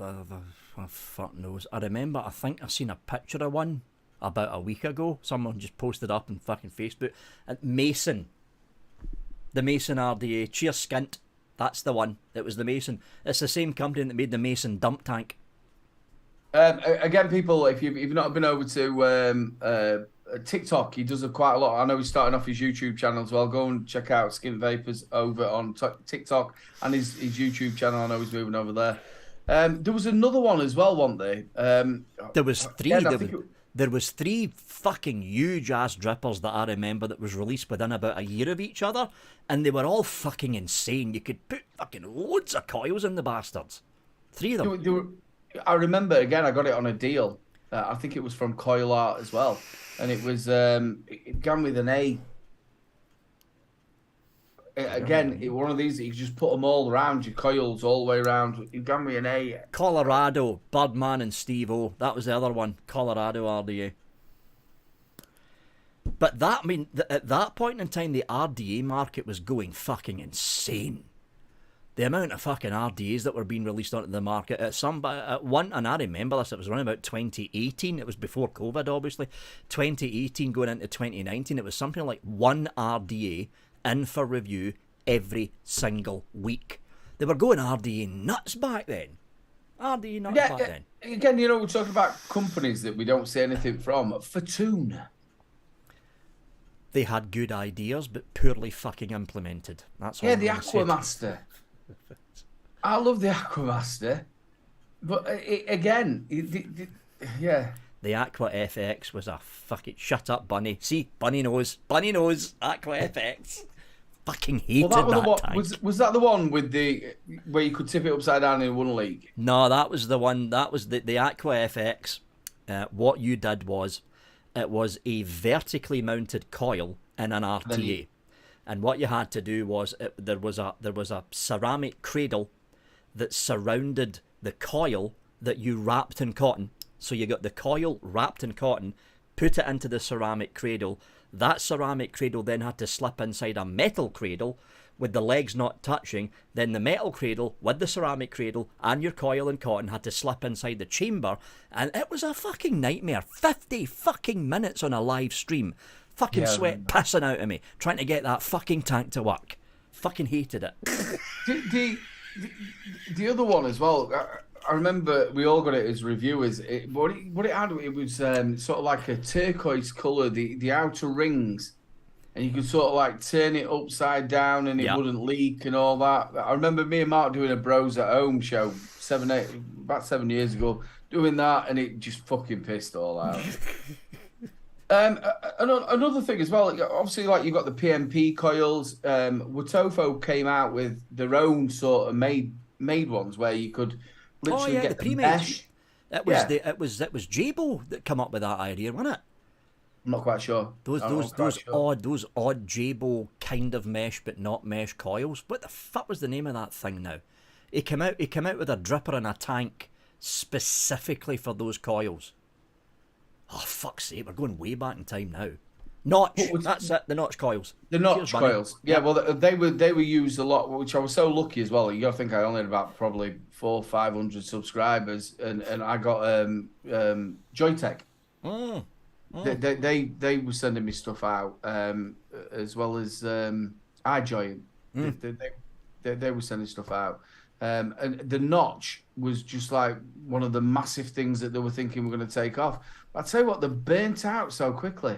They did. That's why I stopped using them. And that's not just that. They were a fucking nightmare to buy because nobody was fucking stocking them. Yeah. But the ones that I was on about was obviously with the PMPs, and I think it was Watofo who came out with them, with the where you could make them yourself. I can't see why they never really took off so much, because you get in, I think it was like £6.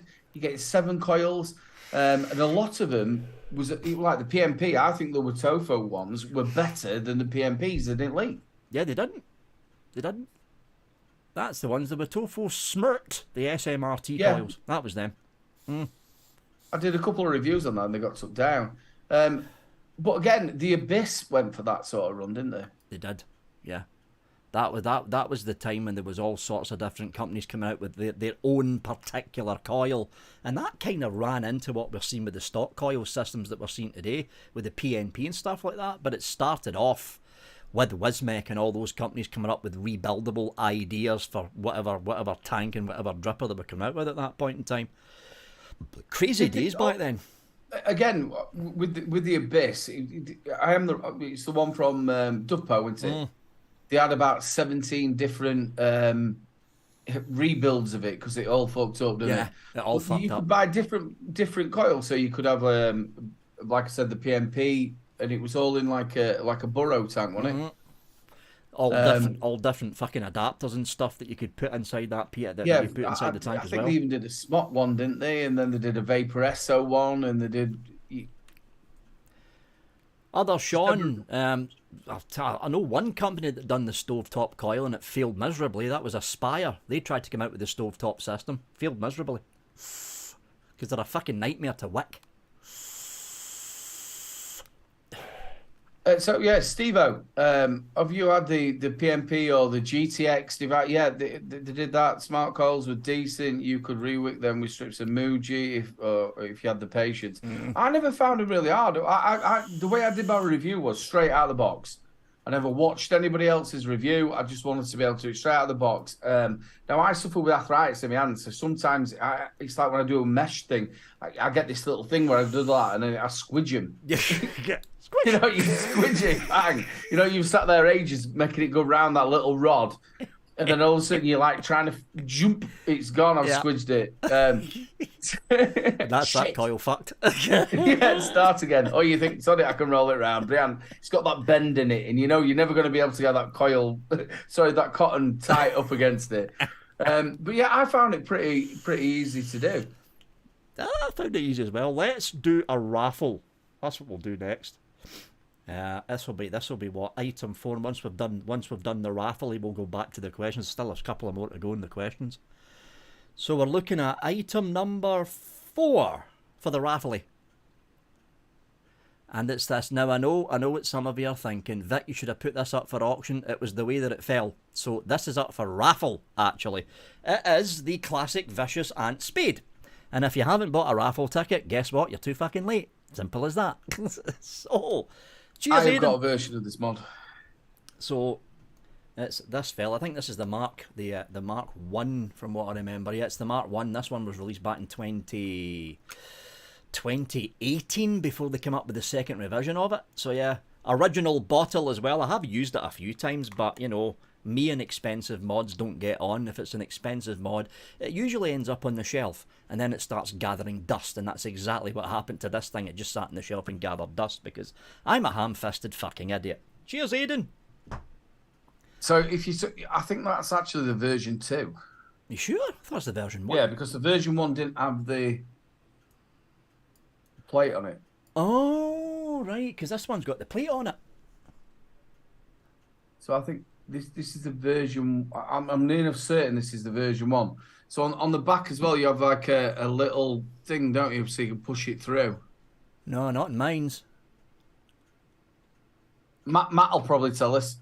All right, so I've got the V2. I thought this was the V1. Yeah, so you on the door you have like this little, it's like a little prod thing. Oh. So you can take that out like that, and then that helps you push the bottle out. Yeah, there's nothing like that on this. So it fits back in there. So this was sent to me by the wonderful Les Wardle, who's passed away now. Oh yeah, good fella, Les. Yeah, and also it's got that. That's what I use with a Jenner. Yeah. See, this was sent by Vicious Ant when they were still talking to me. I'm not going to go into that. That's a long fucking story with Vicious Ant. What was that other company who you years and years and years and years ago? Were it Deco or something? Who? You obviously you're the only fucking other person here. What were it a company called? Deco or something? I've fallen out with a lot of companies over the years, yeah, no, but this was like years ago. I mean, there's the High-On thing. That's the one. Yeah, High-On. High-On, yeah. Take that to your lawyer. Once your lawyer's read it, go fuck yourself again.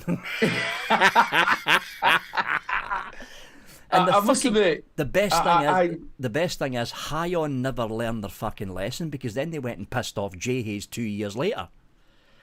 I proper loved going back and watching some of the old shit.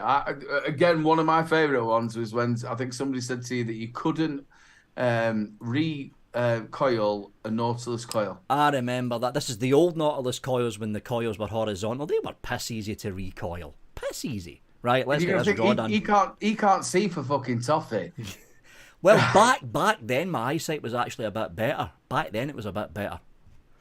Okay, we're going to... You rewicked it? I did. Rewicked it, recoiled it, and I done it in about 20 minutes. This was during the long hippie hair days.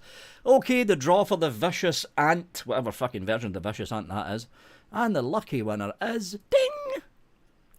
David T. Again. So he's won twice. It's a great mod. With his last ticket as well. That's his last ticket. Okay, we're going to go back. Do you know what I like about it as well? You know, when you've got like a Swanker that's got a really like sort of squidgy bottle. Yep. Oh, you've got good squidgy bottles in the Vicious. Yeah. Right, we're going to get everyone's name again. I think there's one more auction to go one more raffle to go. I think. Is there? Yes. Yeah. Yes, there's one more auction. Oh, it's one more auction. There's no more raffles. No, there's only 5. You said. Okay, right. We can get rid of you then. And then rid of you. Oh, what do you mean? I'm a caster. Not you. Rid of the thing on screen. Sorry. You're a bit late after 4 years. So we'll do... There's one more auction to go, and... Yeah. It's the full set. We're not doing it right now. We're going to do a caster's question. But for the people wondering, it's for both of the Minikin 3 sets. Oh, are we doing that now? No, not now. Not now. We're going to do a caster's question first. This thing, which was a fucking stupid idea, but then they done this, and this outsold this by a bundle because you were limited with what tank you can put in this. These were really good mods, though. I still prefer the Minikin 2 because it was, you know, old school. But Minikin 3, that's the auction that's coming up in about 10 minutes, folks. But again, we've had tons of mods where they won't censor. Tons of mods where they won't censor the 510. They put them off to stupid angles. Yeah, the amount of mods I've got in the auction box over there, there's still about 150 mods in that box, where I think about 3/4 of them has the 510 off centre. And I don't know why they fucking did that. I really don't know why they did that. Anyway, let's get another question up. Facebooky. Just before you do that as well, what about the Vaporesso with the Target? Why do people raise the 510? I don't know. It was a perfect mod. There was nothing wrong with the mod at all. But if they just sat the 510 down instead of raising it up. Yeah, on the original Target, she had a really, really nice oval-shaped single or dual battery mod. And then the 510 plate was this thing that looked as if it was glued to the fucking top. And I'm like, why did you do that? It ruins the fucking look. And also, to what you could fit on it, you could fit a 30mm on it, but you couldn't because it'd only take a 26. Yeah. And it overhang like fuck. Anyway, Caster's questions time. Connor Smith. Looking forward to the UK's Don't Cough Vic #1 show to do with vaping broadcast from the UK. That's the UK Vape Show. Thank you very much. I love saying that. #1 Vape Show managed to pick up the Vecto. That's that build kit that we were looking at last week. The Vecto. Oh, really good, yeah. I have got mine's buried over there somewhere for review next week. That's the one there. Fucking phenomenal build kit, that. Fucking bits out, everything's in there. Your snips, your pliers, you've got a fucking wire spool reel thing as well. Everything's in there. My question to all casters are, 1, what are your thoughts on the juice company Dripper Labs? Been using them for the better part of a year now, but seeing as they've popped up at the expo this year, wonder what your guys' opinions are of them. Also, as stock coils become more widely used due to the ban on disposables, yeah, that's going to happen, do you see rebuildables dying out in the next few years as developments of stock coils become better and better with each release from mainstream manufacturers? Looking forward to seeing you all later. P.S. The UK's #1 vape show is probably one of the biggest highlights of my week. LOL. Oh, thanks, Connor. Yeah, that, what Aiden's showing, it's a fucking phenomenal build kit. Yep, it's got the hex in there as well. Phenomenal. No, Scott, Pugs. Fuck off, Hanky, with your 5. So, what do you think, Dripper Labs? I mean, I'll be honest, Connor, I've not actually used them, but I've talked to the guys that were there, and they were nice, friendly guys. I've not actually used Dripper Labs, though. Me neither. Yeah, well, there we go. That's that discussion over. Yeah, obviously, I don't know the people who run the company. I've never really had any. Obviously, Flat Cap has a lot to do with them. Yeah. Now we do know that they went out and bought a number of companies that were at Chef's Flavors. No, that was Darkstar.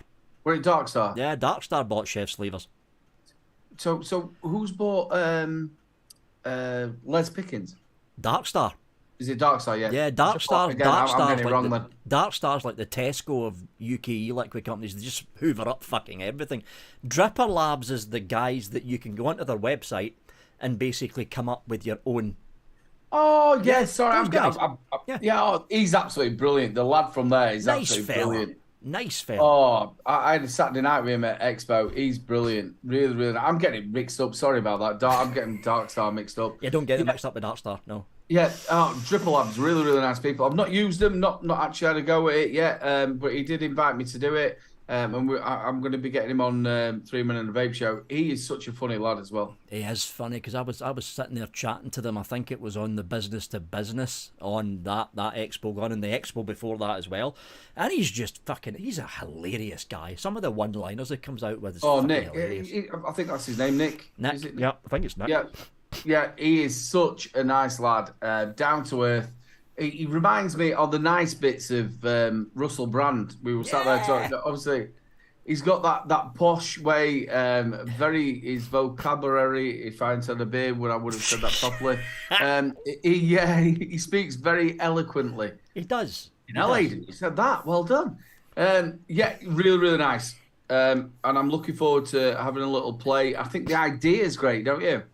The idea is fucking phenomenal. I was actually surprised because when I first heard the Dripper Labs, I was thinking, hold on a minute, how come nobody's come up with that idea before?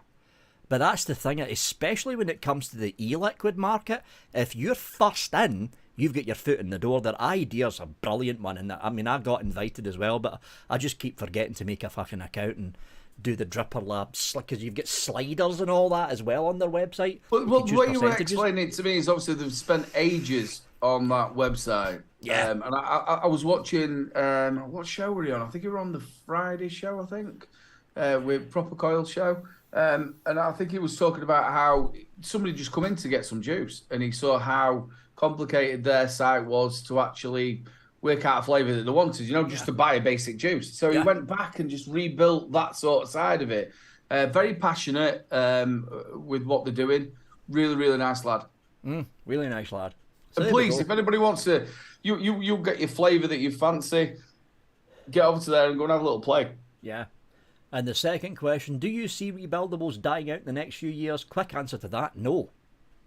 No, it's not going to happen. No. They're not as popular as they once were with the flood of stock coilers, but you will always get one or two RTAs and one or two drippers being made by the likes of Steam Crave, by the likes of Cthulhu Mods. Nowhere near the amount there used to be. God, I remember back in 2018, it was a new tank and a new dripper practically every week.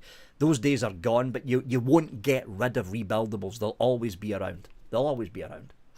I think also the fact that when obviously disposables get pushed to the side, and as long as everything stays on course with the way the UK have been leading the market in vaping, hopefully a lot more people will then go on to pod systems and then move further forward.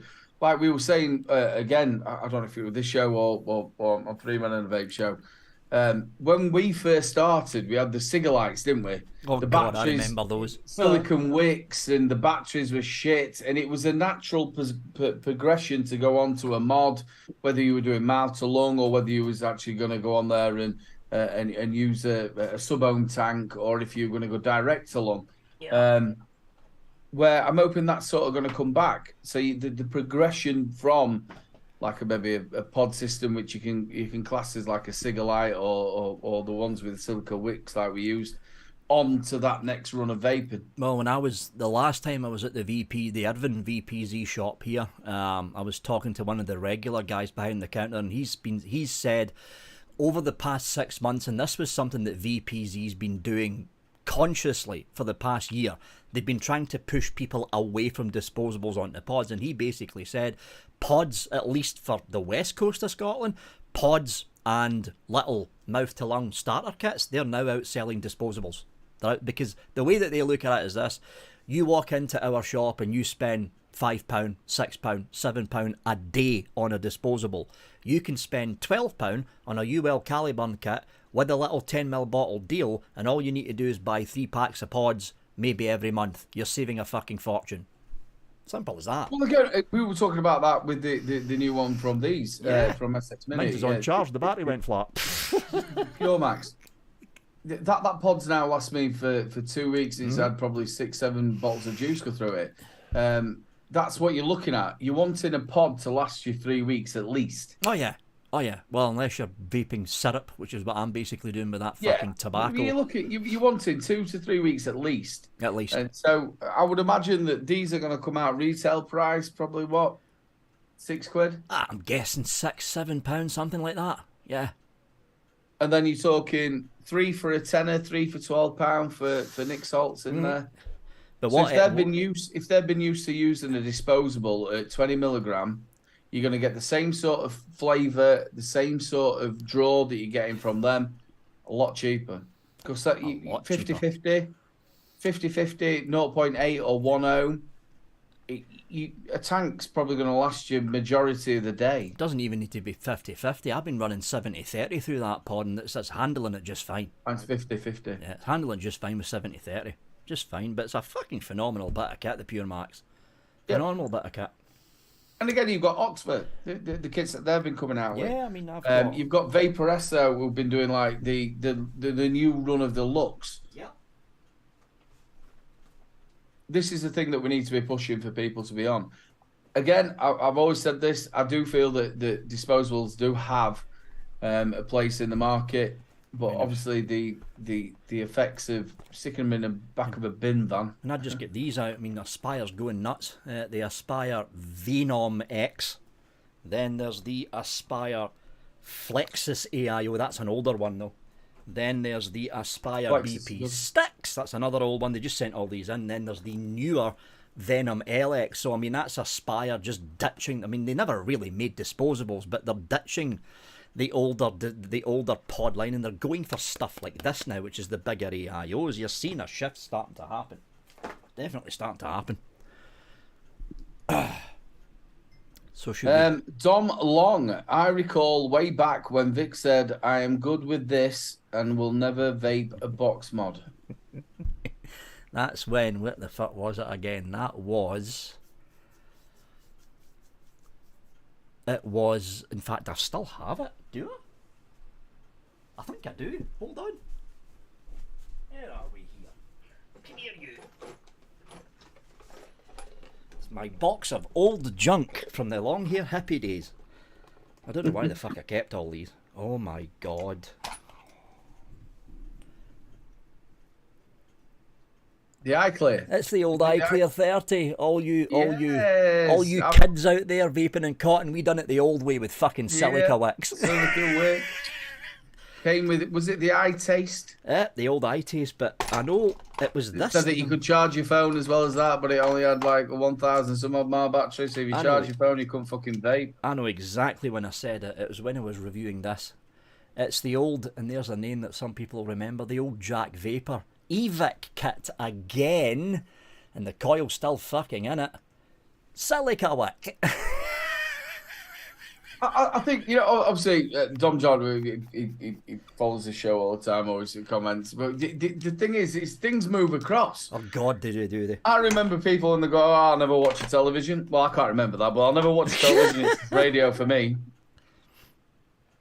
Oh, here's a classic. I forgot I fucking had this because it's been sitting in that fucking... See how many of you remember this thing. Again, you got to think pod systems were the devil not so long back. We'll never ever sit down there and I'll never vape on a pod system. A lot of people use mechs now. Is that a Kelpie? No, it's a really, really fucking old dripper from back in 2014. I forgot it was. Oh, that's where you nicked it from then.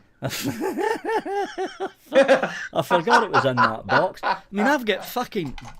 There we go. Here's the main chamber of the Fogger 2.1. I've got loads of these fuckers because they kept fucking breaking. I've got this thing, which is the old CeraVape. This was the CeraVape ceramic coil tank before Vaporesso came out with theirs. Fucking ancient tanks, ancient fucking... And this is... I don't have a cartridge for it now, but this is the very first thing I vaped on.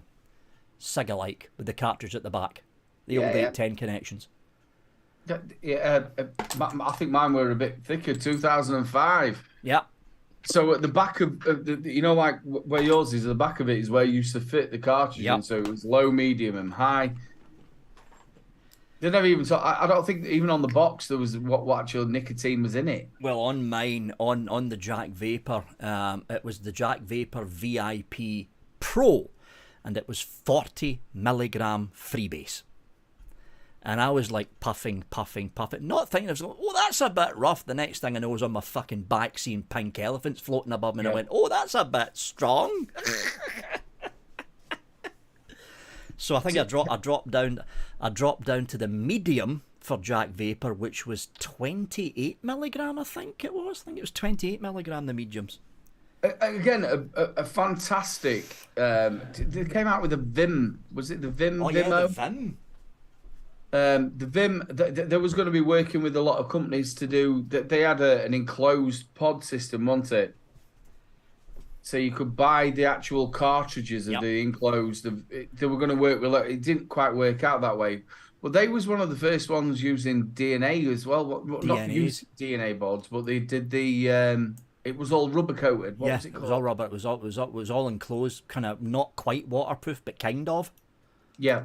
And here you go, Bunny. The old rocket ship. Yeah. Totally wicked. £120 they were charging for this, and it's a fucking evac tank. Seriously? Fucking seriously?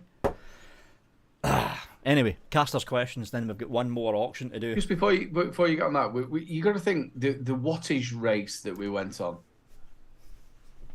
Again, it's off. It's like some sort of fucked up Olympics, this, isn't it? And I can show you the mod that started the wattage race. A lot of people think, oh, it was Smock, it was Aspire. No, it wasn't. Evolve came out with the DNA 20, which was a little known board at the time. But the problem with the DNA 20 was it was having a lot of problems actually hitting that 20 watts. IPV, Pioneer for you. This little fella got to 35 watts. It had the touch screen, the touch button thing at the top. And here's the thing about this, right? This is the Pioneer for You IPV2. 2 weeks later, they came out with the IPV Pioneer for You 50 watt, where they actually had this thing working. Yep. This is what started the wattage race. This little thing here. Because I think Aiden, you get one of those as well, didn't you, Aiden? He's off looking in his history. See, this is why see that? Look, there's about 100 mods there, roughly. Top shelf, middle shelf, bottom shelf, and it's basically the history tracking through the wattage race from the very beginning to what would basically be the very end down there. That stuff is never leaving this house. There is a lot of really, really good mods. Well, not really good, it's mainstream, but a lot of really special mods sitting in that history cupboard there. I can't find it. But yeah, it was this fella. This is what started it. The original wattage race. The IPV2. Then it was the IPV3. And then Smock came out with the Alien. What? What? Oh, I shouldn't have undone my belt. It's there somewhere. It's there. Somewhere. Fuck am I put that? He's still looking. The IPV1 Steam Pugs was a 15 watt device, internal LiPo only, and that was when it was still called Pioneer for You. Pioneer for You then went bankrupt after the release of the IPV3 50 watt, and the IPV line got split off into their own line. That's why when you look at anything that came out after IPV2, it did not have that on it, which is the old Pioneer for You logo, because Pioneer for You went bankrupt. But the IPV line was bought by another company, and they kept churning them out up until, I think the last one was the IPV6. Oh, I don't know where I put it. And I had the Atlantis 2 with it. Oh, God, that was the carbon. So I had the IPV. I don't know where it is. I've shown it plenty of times on here. It's here somewhere. And all the black paint come off of it, so it ended up being silver. Smock were bad for that with the Aliens. The paint just peeled off. But yeah, and it still works. But here's the thing though. See I've still got one of those. The Razor. You remember the Razor, one of the first sort of pod systems that came out? I've still got one of those somewhere. But there was a problem with this. There was a big problem with this. The battery door was screwed on. So you had to undo that screw and undo that screw to pop your 18650 in and out. People were royally pissed off with the battery door and this stupid idea screwing the fucking battery door on in the first place. But I think they were originally planning for the IPv2 to have an internal LiPo. Talking about expos. Oh wow! I've got one of those. I think it was the original one that it didn't quite work on the menu on the top. You had to turn it around. I think it's all chunked up now. But yeah. Oh no, I don't. I'm getting mixed up with this, which is the Desire Designs rip-off of that. Yeah, I think that was 2017. I think yeah, this was 2017. The videos up for that. Desire Designs X. Oh, I can't believe I can't show that. I've got one of those though. That it's here somewhere. Again, it's fucking buried under somewhere. All sorts of stuff. I need to take a picture, just a close-up picture of each and every shelf there, so people can actually see what the fuck's been. Because there's a lot of really good mods back there. Triple battery, quad battery mods from the days gone by when iJoy actually made good mods. Yeah. Right, we need to do casters' questions. We've only got 2 left. And then we've got an auction. No, is that an auction? Yeah, it's an auction. Sean Garb. Well, this is an easy one. Short and sweet to all casters of the UK's #1 show to do with vaping broadcaster from the UK. Thank you very much. How are you doing? Anything really made your day or ground your gears this week? I'm still suffering from con crud. You're not the fucking only one. And that's what's grinding my gears, the fucking con crud. Thanks, James. So how's your day been, Aidan? My day's been alright. I had to go and set the equipment back up because obviously it was bonfire night. So I was outside with the obviously the fireworks, which Mark said on his show tonight about obviously scaring pets and stuff. Nowadays, these fireworks aren't fireworks; they're bombs. They're fucking loud. They are really fucking loud. New Year's Eve last year, the same company who does the ones for where I work, it shut the building. Ooh. That's got to be some power to with the last one, it'll boom. It's just so obviously I play music to what they're doing to sort of probably dampen it down. Obviously, it's not going to dampen it down that much. Not something like a fireworks. I was doing that. Yeah, things are really good. I've had a good week. Back to work tomorrow, Saturday, Sunday. So yeah, good. Well, I sent you a video, didn't I? Tuesday. Yeah, I mean, what time did you take that video? Something like fucking 3:30 or something? Yeah, no, it was roughly around about 5 o'clock. So this place it was fucking packed. Yeah, so on a Tuesday, we have an artist start. I play before it. Artist comes on. We do deal and no deal. So it's exactly the same as what you see on television. People buy a raffle ticket, they come in. Top box can be anywhere. It keeps going every week. I think the biggest we've ever had is about £700, £800. But then they can get a deal in between it. So they could maybe get 80 quid, 90 quid, whatever else. And they go all the way through the game and I go to that. Then the artist comes back on, then we do karaoke. But I played, didn't I? Apache Indian. You did. You played Apache Indian. Wind your body. Oh, wiggle. But the whole place is packed and they're all jumping to it. So yeah, I've had a good week.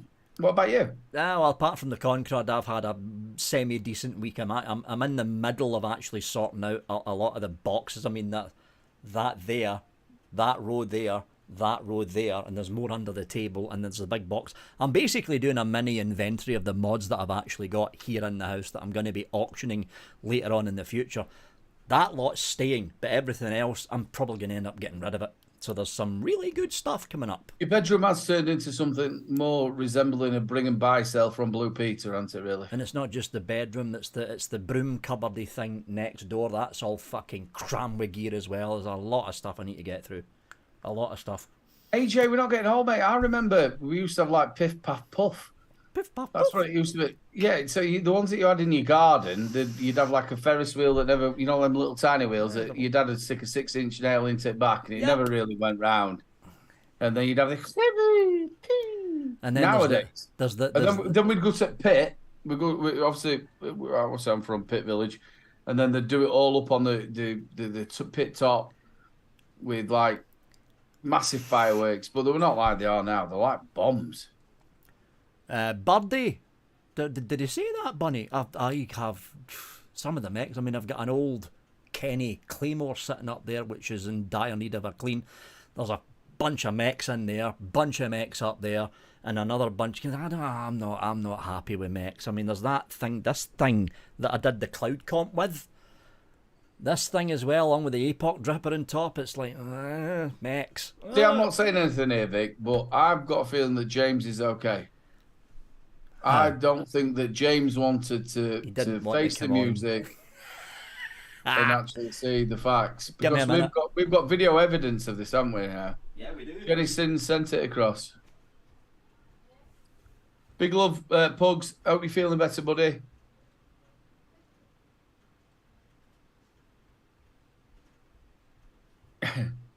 Oh no, he's left. Okay, ladies and gentlemen, this is the time where he can talk about his height. Oh, he's back. No. Hi. Mother dearest needed a hand with something. Oh, sorry, I thought you went to find a mod or something, because you've just been running around your bedroom finding mods. Yeah, I'm going to take a picture of all that and and the other box of crap next to it. It's just 10 years. It's like 10 years of doing this, but a lot of the stuff that came in, like the stuff that's being auctioned off, that came in over the past 4 years, maybe 5. There's a lot of stuff. You obviously started, what was it, 2014 you started? Yeah, 2014. So you've got to have some right stuff of how the vaping industry went on. It's the old. I've got one of them. It's the old juice fucking review setup. The MVP2 with the Udaigo L not drilled out. That was the one that you could charge. That's what I'm talking about. You could actually charge your phone from that. Oh yeah. It's got a USB at the bottom, hasn't it? The little thing at the bottom, USB out. Yeah. Yep. Just sitting there. It's fucked. It doesn't fucking work. So we've got. You can't charge your fucking phone either. Yeah, it won't. Not with the fucking phone I've got now. Jesus. Cloud chucker. So we've got an auction. Are we doing this? It's an auction, right? Yeah, it's for the two Osmodus things. So up for grabs. Now these... I honestly don't think that Osmodus is going to bring the Minikin range back, because these two got released in a big, huge fanfare. And I think it was the end of 2019 going into the beginning of COVID. And you think about it, that's 3 fucking years ago. And there has been zero sign of the Minikin range coming back. This is the Minikin 3 and the Minikin 3S. They're both 18650 base mods. The Minikin 3S is the one with the weird cutout at the top. And the Minikin 3 standard looks a lot like the original Minikin. Cheers, Aidan. Look at that, on the point. On the point, right there. And I've stretched this back out. So bidding starts whenever Bunny says it starts. Yeah, please just remember that Bunny's going to start the bidding. Don't put him in yet. Even Hanky's on for £2.50. £2.50? That's a reach around. That's all. I never got COVID off him. He was licking my face and everything. He was actually, yep, he was. I think I know I got this from, because James he did say he's thinking of going to hospital. So he said that, but he ended up going to Amsterdam. Yeah, I think it's what he was doing in Amsterdam that made it fucking worse. Well, there you go. You got to sort your cough out and then go and get your what's it swabbed.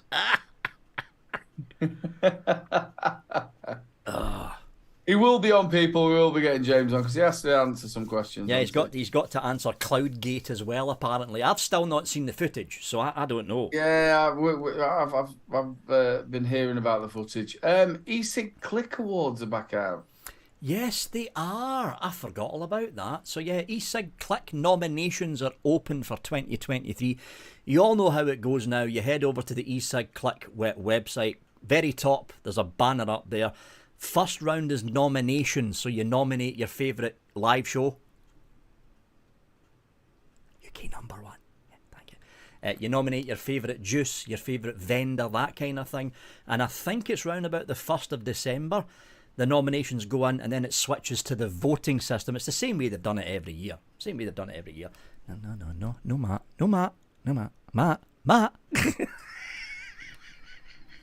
you got to think it's number one, and then 3 Men and a Vape Show's number 2. Only got to look at the numbers, son. I love Matt. Poor old Matt going on Saturday, and he had to leave on early morning like Sunday, which is shitty. I hope you book it off, and there's no family parties. Big love, brother. Catch you later on, Matt. Yes. Make sure you remember the UK companies when you're on the, like your Rochford projects, your Shy Tots, UK companies, Zeus Juice, Black Alexa, people like that. Vote for these people. Yeah. Vote for these people. Get them in there. I mean, it's going to be obvious when it comes to hardware. It's going to be the big names, but Vape Smarter. Put him in there for nomination as well, because I don't think he's ever won make it. Sure you do. Yeah, I don't think he's ever won it. So well deserved. Yeah, try and go for UK companies when you're putting the nominations in. Try and go for UK companies. Stack, that's right. Flat Cap and Stack, they're in there as well. They'll probably get nominated. I'm guessing they will. I don't have mine yet, but he's sending me one. Cheers, guys. Also remember Vape Group as well. You've got the UK Vape Show group. You've got Vaping with Vic. You've got 3 Men and a Vape Show. That's the UK's number 1 show. Just saying. Yes, get yourself in there and vote. And a big shout out to Johnny as well, who runs it year in, year out. Obviously, old Neil passed away. He was a nice fella, Neil. Nice fella. Yeah, really nice. Every time these awards come up, I think about him. I remember he did an interview with me, a Christmas interview. It's not just the awards. He was there at every single one of the UK Vapor Expos. He was always there. We'd sit down there and have probably about 6 or 7 pints of Guinness. Oh, there we go. Mick from the Late Night Vape Show. You've just got your hands on a couple of really fucking good mods. The Minikin, the Minikin 3 and the Minikin 3S with this weird cutout thing, which I don't know where the fuck they did that. There we go. You know what to do, Mick. You've done it. What did I win? He doesn't even know it was... That means Mick's had a couple of days. Big love, Mick. You've won this, Mick. It's the 2 Minikin 3s, Minikin 3 Standard, Minikin 3S with this weird cutout thing. That's what you've won, Mick. 2 mods, basically. You know what do? I've been enjoying watching him on TikTok. If you've not watched Mick on TikTok, get yourself over there. He's done the Benidorm run and everything. He's so funny. He even met the big dog. Oh. So this bloke split up from his wife and started going over to Benidorm, this bloke. And then he does the tour of Benidorm and everything, and he's come pretty famous. So he met him as well. Oh, I think you were more famous, mate. So you know what to do, Mick? Go to PayPal, pop in your 35 quid, and then email me. You've done the email thing before. victor@vapingwithvic.co.uk with your name and address, and I'll get those 2 little mods sent out to you sometime next week after the weekend. Box 5 is going to Mick. Fuck. Mick. There we go. No, I don't think his name's Mick Fuck. Sounds a bit Scottish to me, that. Oh, I forgot to put in who got box 4. I'll figure that out after the show. And there we go, folks. You know what you're able to do? You can watch it back. Yeah, I'll just watch it back. That'll do it. So I can get rid of all the pictures now? Yep. Rid of all the pictures now. We're not going to show that one, you in a tutu? No. All right. Have we got one more question? Oh, we do, actually. Right, let's pop you up. One more question, and it's from Ben Martin. How you doing, Ben? I think you're in chat. Ben's lovely. Don't mean to do... Oh, here we go. Don't mean to do a dead rabbit and flog a dead horse by having all the questions about possible bans. But do you think that the whole consultation is just a vehicle trot the government to implement taxes on vapes to tackle youth vaping by pricing teenagers out of vaping and subsequently making a ton of cash for the exchequer from the rest of us? Kind of. I think the way that this, and I was talking to John Dunn, but you've seen some of the interview that I done with John Dunn. Me and John were talking about it after the cameras went off, and John reckons The disposable ban will come in first via legislation from the House of Parliament. If there is going to be a tax of some sort, it will not be introduced in the same legislative bill. So you're going to be looking at the disposable ban first, a year break, and then possibly the tax coming in. So I think that's how they're going to run it. Obviously, again, you know my thoughts on this. I think once you ban one thing, I think it opens the door to ban everything. Yeah, well, it does mean the door's open, but I mean, again, tens of thousands of vape shops up and down the country. Let's face it, it's going to be a Labour government in after 2020. I cannot see the Tories winning again. It'll be a Labour government, and if they try and go down the road of banning flavours or banning this or banning that, they're going to have a very, very big fight on their hands. A very big fight. Again, that's the call that's coming out of these people. Now, obviously, I don't know John Dunn. Well, I've spoken to him a number of times. I don't know him very well. You know him better than me. I've noticed that he was pushing the fact of the need funding, which obviously there was it £60 a month? Yeah, £60 a month for individual vape shops to join. It's a lot of money. Well, I mean, if you think about it, for that £60 a month to become part of UK VIA, you basically get a voice in the UK VIA system. And John Dunn right now is at the UK Tobacco and Nicotine Forum down in London, and he's there with the likes of he's down there with the likes of EPZ, Department of Health, the actual lead of Department of Health, so the minister in charge of it, they're down there as well, and they're basically discussing nicotine. They're discussing tobacco. They're discussing vaping. That's why UKV is down there along with John Dunn. There is a huge amount of work that goes on in the background, and it's usually John Dunn that's up on stage presenting stuff that basically counteracts the crap that was coming out of the United States. Like, for instance, the Labour, and it was John that told me this, the Labour Shadow Government Secretary for Health. He was anti-vaping until he talked to John Dunn. Now he's pro-vaping. I think he's just retired, Anti, because of all this with Hamas and stuff. Now, the NNA... New Nicotine Alliance. Yes, obviously Dave Dawn did all this quite a number of years ago. Was the NNA, did they charge a fee? I think they did if you wanted to be a member of the actual NNA organisation, but most of their funding was done through donations. So you've got the NNA organisation itself, but if you wanted a voice within the NNA, you had to pay a membership charge. Yeah. Do you think that's probably the way that it should be? Then £60 for a vape shop's a hell of a lot to pay out. But it's £60 a month. So I don't think it's too bad. I don't think it's too bad. I think it were a large amount in my eyes, because then they did like if you had multiple shops and stuff. Oh no, that covers your multiple shops. It's just one payment of £60.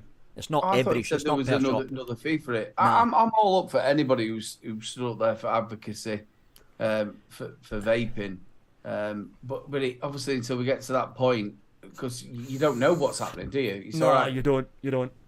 It's all right attending every single meeting that's there, but until something goes off. And going back to that point is I think once you start banning one thing, I think we're in a bit of trouble.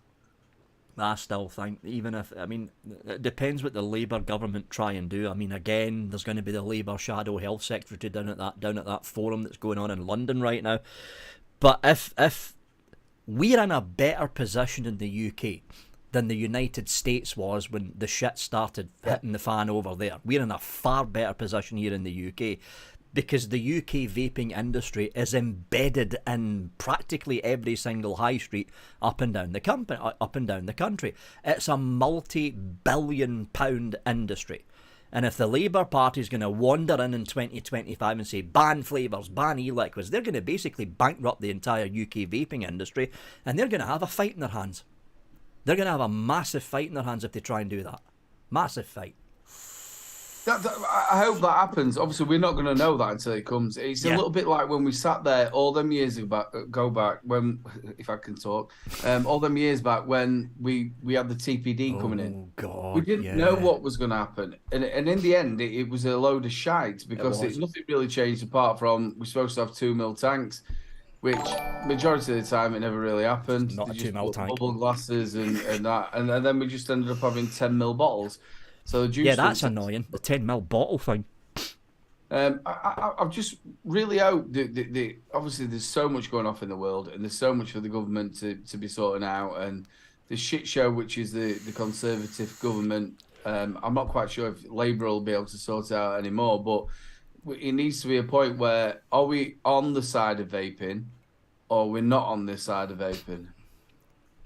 Money talks and bullshit walks. Well, and that's the trouble in it. Right now, the problem that we've got with the current Labour Party, is a lot of them on the shadow front bench have already said that they are basically in favour of a flavour ban of some sort.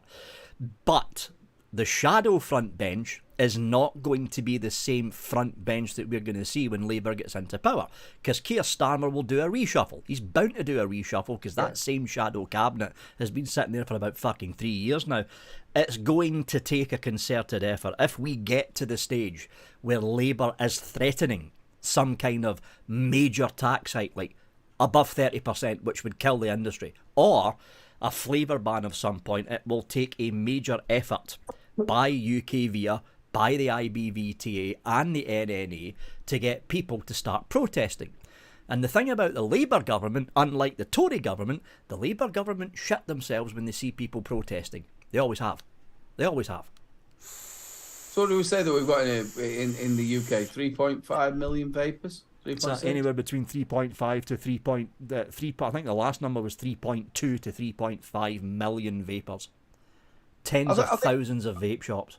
I think again, if you're going to take anything away from the show, and also what the NNA and the UK VIA are saying is get ready, because it might seem that we are nice and comfortable and that everything's really good at the minute, but I feel that there's going to be a change coming. I can feel it there. I feel that once they get the clause into disposables, it's going to be maybe let's get rid of flavours.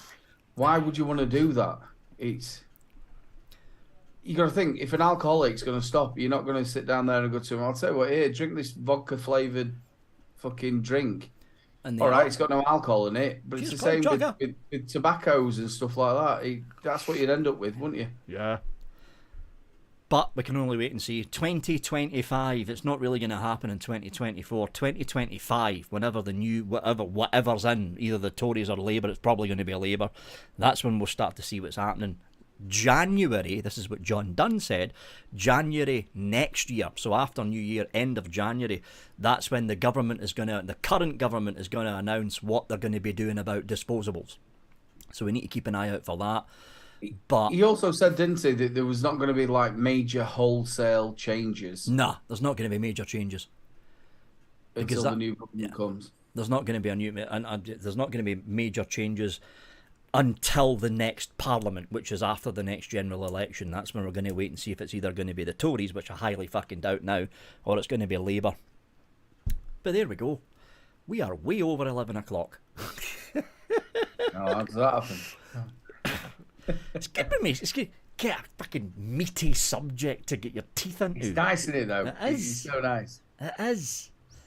Anyway. That's what you get with the number one vape show. It does, with the number one show to do with vaping, broadcast from the UK. Thank you very much.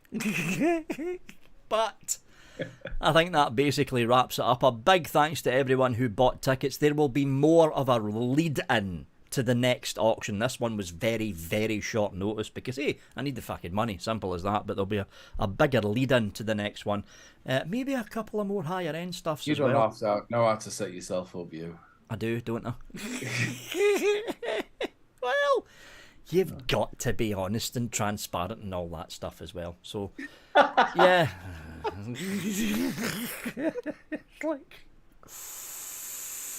That wraps it up for episode 355 of the UK Vape Show. Hopefully Aidan's going to be back next week, and we might have James on if he's not in hospital with pneumonia. I'm Aidan. He's Adam. Oh, right. Sorry. Adam. We might have Adam on. It's the A at the beginning. You've not been drinking, son. No, I haven't. It's the tramadol. We're going to have, hopefully we'll have Adam back next week, and hopefully we'll have James back if he's not in hospital. If he's not in hospital with fucking pneumonia or something, apparently is really bad. Anyway, that's it from us. Say goodbye, Aidan. Got your name right. Well done. That's really good for you. Big love to everybody who's joined us in chat. You make the show. Thank you so much for being all the way through with us. On your way out, make sure you press that thumbs up. It means a lot. It gets the #1 vape show out there, even more to that masses of vapors. Big love to Adam, mate. Hope everything gets sorted. And thank you very much to the Spanish for looking after us. Make sure you join me next Wednesday on 3 Men and a Vape Show with my brother and the wonderful Mr. B. Big love and a good nighter. And, of course, big thanks to Aidan for broadcasting with me. If Aidan wasn't here, it would just be me babbling for 2 hours, which you don't want to see. Probably get more viewers, if I'm honest. No, you probably wouldn't. If anyone if anyone remembers the original late UK Vape Show, it was me sitting here for 2 hours. You don't want to see that again, because I'd end up trying to coil something which would last for 50 fucking minutes, and I'd be pissed off at the end of I it. thought we should bring that back. We no, were we bring shouldn't. Back. We had him, no, we fucking shouldn't. No. Because you know, if we bring the coiling thing back, Adam will just start complaining. I tell you what, I've got everything set up. I tell you what, next week if Adam's back, I'll coil something.